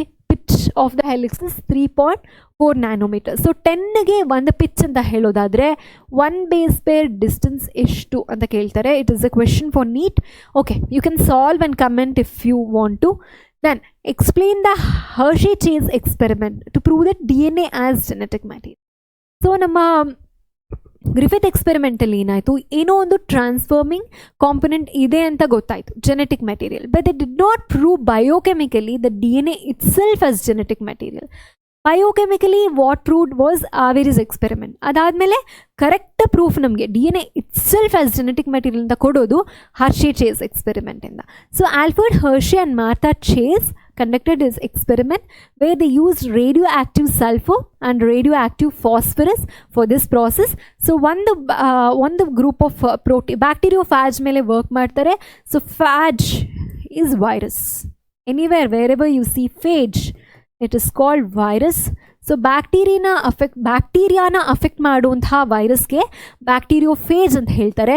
ಸೊ ಇಲ್ಲಿ 2 ಗ್ರೂಪ್ ತಗೋತಾರೆ. 1 group of virus will be bacteriophage, will be labeled with sulfur. So sulfur, you know, it is present only in protein makla, and 1 group of virus or bacteriophage is labeled with your phosphorus. So phosphorus is found in DNA alva, just now we discussed. And a double helical structure alli ನಾನು ಹೇಳಿದೆ ನಿಮಗೆ, ಅದರ back ಬೋನ್ ಬಂದು phosphorus ಮತ್ತು sugar ಇಂದ ಇರುತ್ತೆ. So phosphorus, right.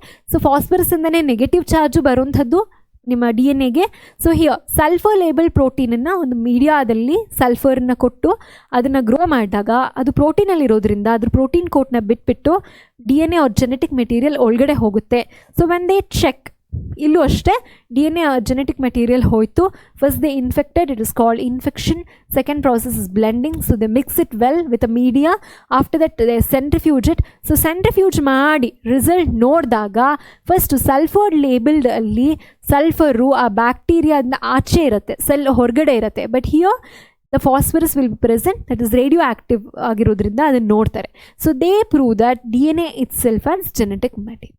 Okay, so then describe the process of DNA replication with a diagram. So you know that DNA replication starts with or initiates with a process in a particular spot called origin of replication. It's called as ORI alva. Origin of replication or ORI ಆಗುತ್ತೆ. So ನಾನು ಹೇಳಿದೆ ನಿಮ್ಗೆ hydrogen bonds ಇತ್ತು ಅಂತ. So ಈ ಥರ ಹಾಗೆ ಏನಾಯಿತು, ರೆಪ್ಲಿಕೇಶನ್ ಅನ್ಸಿಪ್ ಆಫ್ DNA ಆಗಿ ರೆಪ್ಲಿಕೇಶನ್ ಫೋರ್ಕ್ ಫಾರ್ಮ್ ಆಗುತ್ತೆ. ಸೊ ಆ ಹೈಡ್ರೋಜನ್ ಬಾಂಡನ್ನು ಬ್ರೇಕ್ ಮಾಡೋದು ಯಾವುದು, DNA helicase, which is called as molecular scissor, right. So okay, 3' to 5' ಇರೋಂತಹ ಸ್ಟ್ಯಾಂಡು DNA ಡಿಪೆಂಡೆಂಟ್ ಪಾಲಿಮರೀಸಿಂದ ಸಿಂಥಸೈಸ್ ಆಗುತ್ತೆ. So this strand, right. So here 5' to 3' continuous ಆಗಿ ಆಗಲ್ಲ. But 3' to 5' strandally continuous DNA synthesis ಆಗುತ್ತೆ. That's why it is called as leading strand. Here the DNA synthesis happens in discontinuous manner. ಇದು ನಾನು ನಿಮ್ಗೆ ಫಸ್ಟೇ ಹೇಳಿದೆ, DNA synthesis ಯಾವಾಗಲೂ 5' to 3' ಮಾತ್ರ ಆಗುತ್ತೆ. So the other way is discontinuous, but these strands which are discontinuous strands in DNA ligase ಸೇರಿಸುತ್ತೆ. It is called as molecular stitches ಮಕ್ಕಳೇ. So since in the daughter DNA half of the parent DNA and half of newly synthesized, ಇದು ಎರಡೂ ಏನು, ಇದು parental strand and this is daughter strand. So since half of the parent strand is conserved, it is called as semi-conservative method of DNA replication. Okay, so DNA replication is said to be semi-conservative. Why? Describe the experimental proof of Mendelian and Stahl experiment to show DNA replication is semi-conservative, right? So here you go. ಏನಾಗುತ್ತೆ, Mendelian and Stahl experiment. First you have to explain why it is called as semi-conservative. I gave the reason. So half of the parental strand will be retained or conserved. That's why it's called as semi-conservative DNA replication. So illen ಮಾಡ್ತಾರೆ. So they basically use N15 heavy isotope ಮಕ್ಕಳ. N15 heavy isotope ತಗೊಳ್ತಾರೆ. So N15 heavy ಐಸೋಟೋಪನ್ನು ತಗೊಂಡು it's completely labelled with N15 by using ammonium chloride. So ಒಂದು ಮೀಡಿಯಾದಲ್ಲಿ N15 heavy isotope ತಗೊಂಡು ಈ ಕೋಲನ ಬೆಳೆಸ್ತಾರೆ. So ಈ coli has the doubling time of 20 minutes. So after 20 minutes ಆ ಸೆಲ್ಲಲ್ಲಿ ನೋಡಿದಾಗ you will have equal amount of N15 and normal N14 ಎರಡೂ ಇರುತ್ತೆ. So that's why it is called as semi conservative. Again to confirm this, after 40 minutes they again extracted. They saw the light and heavy both equal. So that's why they prove that cesium chloride density gradient centrifugation use ಮಾಡಿ ನೋಡಿದ ಮೇಲೆ ಅವ್ರಿಗೆ ಗೊತ್ತಾಗುತ್ತೆ it has both heavy and light isotope. That's why it is called as semi-conservative. So it confirms that the replication of DNA is semi-conservative. Okay. Okay.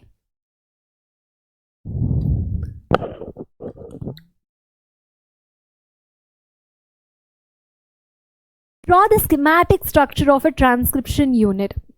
This is also very important. ಇವಾಗಲೇ ತಾನೇ ನಾವು lac operon concept ಬಗ್ಗೆ ಓದಿದ್ವಿ ಅಲ್ವಾ.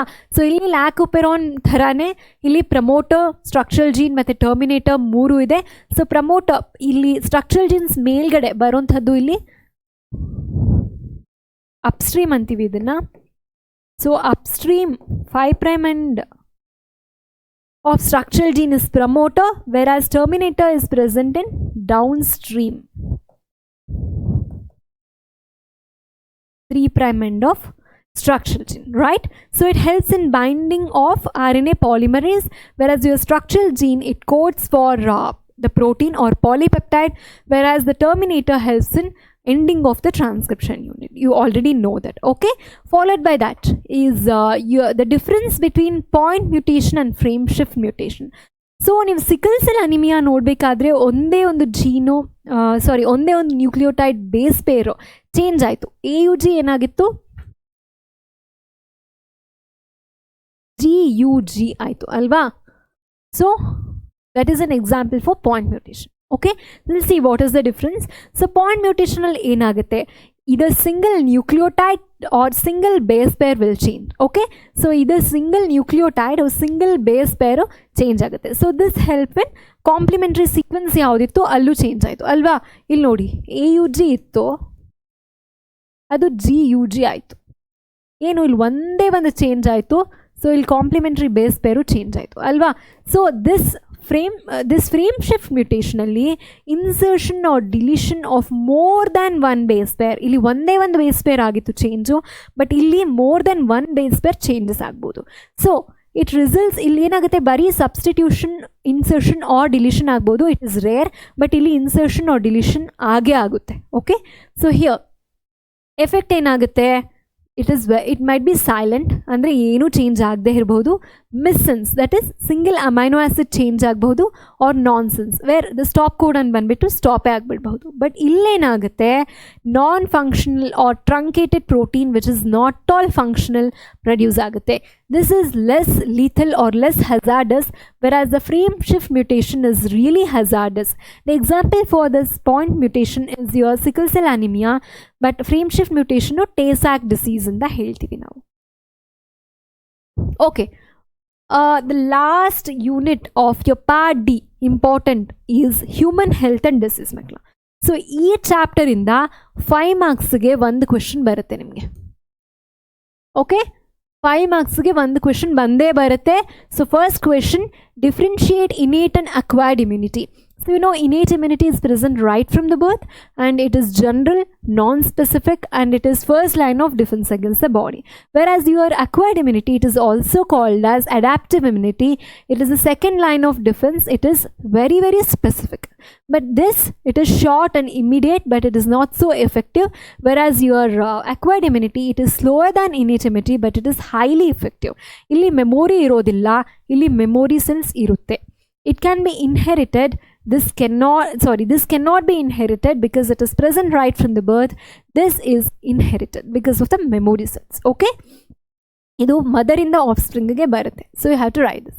Second, mention the cells involved in accomplishing the acquired immunity. So lymphocytes, adralli 2 types ide, B and T lymphocytes, thymus and bursa of fabricus. So B lymphocyte.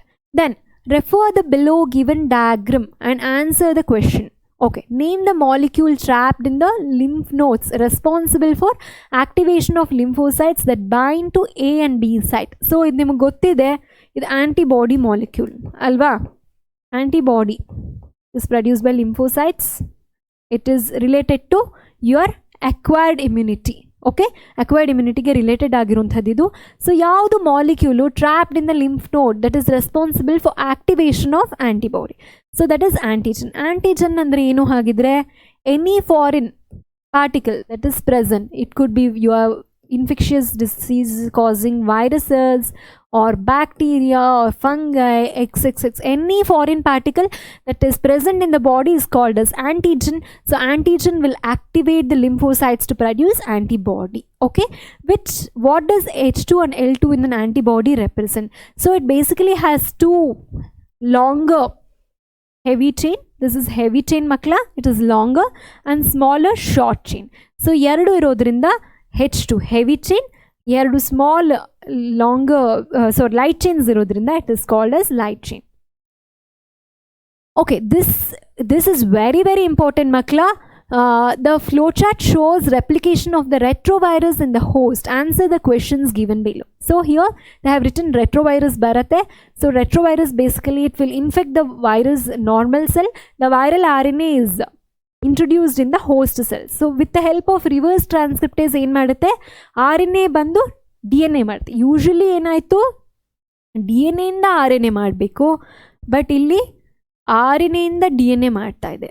So this is viral DNA. One is viral DNA. Then viral DNA ಏನಾಯಿತು, viral DNA incorporates into host genome, right? Then followed by that is incorporates into host genome. New viral RNA is produced by the infected cell. So this is 2, right? That's it. So this is very very important flowchart. ಇದು 5 marks ತುಂಬ important ಮಕ್ಕಳೇ, ಇದು ಕೇಳೋ chances ಜಾಸ್ತಿ. So that's what based on that flowchart they have asked, give an example for retrovirus. So you know human immunodeficiency virus is a very famous example, and human immunovirus ಅಂತ ಬರಿಬೇಡಿ ಬಿಟ್ಟು ಯಾರನ್ನು, it is human immunodeficiency virus. ಯಾಕೆ deficiency ಅಂದರೆ ಕೊರತೆ. So ಯಾವ ಒಂದು ಕೊರತೆ ಇದೆ, ಇಮ್ಯೂನ್ ಕೊರತೆ ಇದೆ, ಇಮ್ಯುನಿಟಿ ಕೊರತೆ ಇದೆ, ಅದಕ್ಕೆ immunodeficiency virus, that is called HIV, right? Then name the disease caused by virus, this virus, that is acquired immunodeficiency syndrome. So acquired, name itself says it, acquired ಅಂದರೆ ಇದು ಸೆಲ್ಫ್ ಅಕ್ವೈರ್ಡ್ ಆಗಿರುತ್ತೆ. ಏನಾಗುತ್ತೆ ಈ ಡಿಸೀಸಲ್ಲಿ, immunodeficiency ಆಗುತ್ತೆ. Syndrome is the collection of diseases. Because of the immunodeficiency there will be a lot of diseases. So it is called as acquired immunodeficiency syndrome. Name the diagnostic test of this disease. You know ELISA, that is enzyme linked immunosorbent assay is the diagnostic test for this particular disease. Okay, name the group of genes that have been identified in normal cells that could lead to cancer. So you know oncogenes or proto-oncogenes are the genes that are responsible for your cancer causing. Which techniques are used in detecting cancer of internal organs? So radiography ide, computed tomography ide, matte nimma magnetic resonance imaging. All these techniques are used for detecting cancer cells. Then why are cancer patients often given alpha interferons as part of treatment? So it basically activates their immune system and helps in destroying the tumor. So it basically ಏನು ಮಾಡುತ್ತೆ, ಈ alpha interferons immune system na activate ಮಾಡುತ್ತೆ since it is weak, and it will help in your killing of the tumor cells that are present. Then next question, our body is provided with different types of non-specific immunity barriers at time of birth. So you know what is that non-specific immunity? Innate immunity. So justify the above statement with suitable example. So innate immunity is as we discussed, it is a non-specific immunity makla. Adu right from the birth ironha immunity. So adರಲ್ಲಿ 4 type of barrier produce ಆಗುತ್ತೆ ಇರುತ್ತೆ. ಯಾವುದಂದ್ರೆ physical barrier, physiological barrier, your cytokines and the cellular barriers. So all these 4 barriers will be present in this. Physical barrier ನಿಮ್ಗೆ ಗೊತ್ತು, skin ಇರಬಹುದು, which is the first line of defense. ಎಲ್ಲ ಒಂದು skin ಇಂದ ನಿಮಗೆ ಯಾವುದು ಕ್ರಾಸ್ ಮಾಡಿಕೊಂಡು ಯಾವುದೇ ಫಾರಿನ್ ಆರ್ಗನಿಸಮ್ ಬರೋದಕ್ಕಾಗಲ್ಲ. Then second is your mucus coating, which is present inside the internal organs. ನಿಮ್ಮ ಇಂಟರ್ನಲ್ ಆರ್ಗನ್ಸನ್ನು ಪ್ರೊಟೆಕ್ಟ್ ಮಾಡೋದಕ್ಕೆ ಮ್ಯೂಕಸ್ ಕೋಟಿಂಗ್ ಇದೆ. ದೆನ್ ಯುವರ್ ಫಿಸಿಯಲಾಜಿಕಲ್ ಬ್ಯಾರಿಯರ್ಸ್ ಬಂದು acid which is produced in the stomach ಇರಬಹುದು, tear which is produced by your eyes ಇರ್ಬೋದು. So it has some enzymes which will kill the bacteria or any particular foreign organism. Then your saliva is also one particular example for physiological barrier. Then cellular barriers ಬಂದರೆ ನಿಮ್ಮ ಬ್ಲಡ್ಡಲ್ಲಿ ನಿಮಗೆ leukocytes, PMN ಲ್ಯೂಕೋಸೈಟ್ಸು, ನ್ಯೂಟ್ರೋಫಿಲ್ಸು ಇದೆಲ್ಲ ಇರುತ್ತೆ. ಮತ್ತು ನಿಮ್ಮ monocytes, natural killer cells in the blood, all these will kill the bacteria. Then macrophages which are present in your blood will also cause ಫಾಗೋಸೈಟೋಸಿಸ್. ಅಂದರೆ ಯಾವುದಾದ್ರೂ ಒಂದು ಆರ್ಗನಿಸಮ್ ಫಾರಿನ್ ಅಂತ ಅಥವಾ ಥ್ರೆಟ್ ಅಂತ ಅನಿಸಿದಾಗ ಅದನ್ನು ಹಾಗೆ ತಿನ್ಬಿಡುತ್ತೆ. So it is called phagocytosis. Then cytokine barriers ನಾನು ನಿಮ್ಗೆ ಹೇಳಿದೆ, ವೈರಲ್ ಇನ್ಫೆಕ್ಟೆಡ್ ಸೆಲ್ಸು ಕ್ಯಾನ್ಸರಲ್ಲಿ ಆಲ್ಫಾ ಇಂಟರ್ಫೆರಾನ್ಸ್ ಕೊಡ್ತಾರೆ ಅಂತ. So viral infected cells will usually secrete alpha interferons that will help the other cells from its that will prevent the other cells from its further infection. Say for ಹೇಗೆಂದರೆ ಒಂದು police ಸ್ಟೇಷನ್ಗೆ ಹೋದಾಗ ಅಲ್ಲಿ ಕಳ್ಳನ photo ಎಲ್ಲ ಪಕ್ಕದ police ಸ್ಟೇಷನ್ಗೆ ಹಂಚ್ತಾರಲ್ಲ ಹಾಗೆ. ಸೊ ಬಿ ಅವೇಕ್ ಅಂತ. So that's why this interferons will be released by the affected cell to protect the non-affected cell. So schematically represent the life cycle of retrovirus in human body with labels. Okay, ನಾನು ನಿಮ್ಗೆ ಹೇಳಿದೆ ಈಗ retrovirus, for example HIV, which has RNA as its genetic material, so it will go and attach to the animal cell. ಇದಿಷ್ಟು animal cell ಆಗಿದೆ ಮಕ್ಕಳೇ. So viral protein coat ಹಾಗೆ ಉಳ್ಕೊಂತು, ಇದು ಬಂದು ಬರೀ ವೈರಲ್ RNA ಸೆಲ್ ಒಳಗಡೆ ಬಂತು. ಸೊ ಇದು ಪ್ಲಾಸ್ಮಾ ಮೆಂಬ್ರೇನ್ ಇವಾಗ. ಸೊ ಇಲ್ಲೇನಾಯಿತು, viral DNA reverse transcriptase enzyme use ಮಾಡಿಕೊಂಡು DNA ಪ್ರೊಡ್ಯೂಸ್ ಮಾಡ್ತು. RNA ಏನು ಮಾಡ್ತು, DNA ಪ್ರೊಡ್ಯೂಸ್ ಮಾಡ್ತು. ಯೂಶ್ವಲಿ DNA RNA ಪ್ರೊಡ್ಯೂಸ್ ಮಾಡಬೇಕು, ಬಟ್ ಇಲ್ಲಿ ಉಲ್ಟಾ ಆಯಿತು. ಸೊ RNA DNA ಪ್ರೊಡ್ಯೂಸ್ ಮಾಡಿ ನೆಕ್ಸ್ಟ್ ಈ DNA ಹೋಸ್ಟ್ DNAಗೆ ಹೋಗಿ ಸೇರಿಕೊಳ್ಳುತ್ತೆ. ನಮ್ಗೆ ಗೊತ್ತೇ ಆಗಲ್ಲ ಹೋಸ್ಟ್ ಸೆಲ್ಗೆ ಪಾಪ. ಅದೇನು ಮಾಡುತ್ತೆ, ಮತ್ತು ಆ DNA ಮಲ್ಟಿಪ್ಲೈ ಮಾಡಿ ನೆಕ್ಸ್ಟ್ ಅದು RNA ಪ್ರೊಡ್ಯೂಸ್ ಮಾಡ್ಕೊಳ್ಳುತ್ತೆ. RNA ಪ್ರೊಡ್ಯೂಸ್ ಮಾಡಿಕೊಂಡು ಅದರದ್ದೇ ಆದ ಪ್ರೋಟೀನ್ ಕೋಟನ್ನು ಪ್ರೊಡ್ಯೂಸ್ ಮಾಡಿಕೊಂಡು ಈ ಸೆಲ್ಲು ರಪ್ಚರ್ ಆಗೋಗುತ್ತೆ, ಅಂದರೆ ಈ ಸೆಲ್ಲು ಹೊಡೆದೋಗಿ ಎಲ್ಲ ಸೆಲ್ಸನ್ನು viral cells ಆಚೆ ಬಂತು. So these viral cells are ready to attack the other cells. So this is a silent killer, retrovirus. Okay, so write the scientific name of the organism responsible for the cause of following disease. So usually disease ಮತ್ತೆ causative agent ಅನ್ನು ನಿಮ್ಮ 3 marks questions ಅಲ್ಲೂ ಕೇಳೋ chances ಇರುತ್ತೆ ಮಕ್ಕಳೇ. So ನೋಡ್ಕೊಳ್ಳಿ. Typhoid, you know it is Salmonella typhi. Then pneumonia is caused by what is that, Streptococcus pneumonia or pneumoniae or Haemophilus influenzae makle. Then your common cold is caused by the family of rhinovirus. Then malaria, it has Plasmodium genus in the Moor species there, Vivax, malariae matte falciparum. So falciparum will cause the malignant, which is the deadliest form of malaria. Then your amoebiasis is caused by Entamoeba histolytica. Idella school alli odirunta question. The last question of part D, explain the structure of antibody. So just now we discussed about it. It is a white shaped protein molecule. Antibody na makle ನಾವು immunoglobulin ಅಂತಾನು ಕರಿತೀವಿ. ಇದು ಓದಿರ್ತೀರಾ ನೀವು, immunoglobulin, which is written as IG. So immunoglobulin ಅಂತಾನು ಕರಿತೀವಿ. It has 4 peptide chains as we discussed, that is 2 longer heavy chains and 2 smaller light chains ಇರುತ್ತೆ. So ನಿಮಗೆ ಈ 4 chains ಡೈಸಲ್ಫೈಡ್ ಬಾಂಡಿಂದ ಇರುತ್ತೆ. ಪ್ರೋಟೀನಲ್ಲಿ ಇರುವಂಥದ್ದೇ ಅದು. A and B or antigen binding site. Antigen is a foreign body, I told you. So example for this is IgA, IgM, IgG and IgE.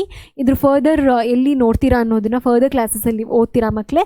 So this is all about the structure of antibody. So ಇಷ್ಟು ಕ್ವೆಶನ್ನು ನಾವು ಏನು discuss ಮಾಡಿದ್ವಿ ಅದು part D ಅಲ್ಲಿ most important questions with solutions ಮಕ್ಕಳೇ. So ಇಷ್ಟನ್ನ ಓದಿ, it will help you very well in your board exam. So you are going to rock the exam ಮಕ್ಕಳೇ. ಸೊ ಚೆನ್ನಾಗಿ ಓದಿ. Thank you.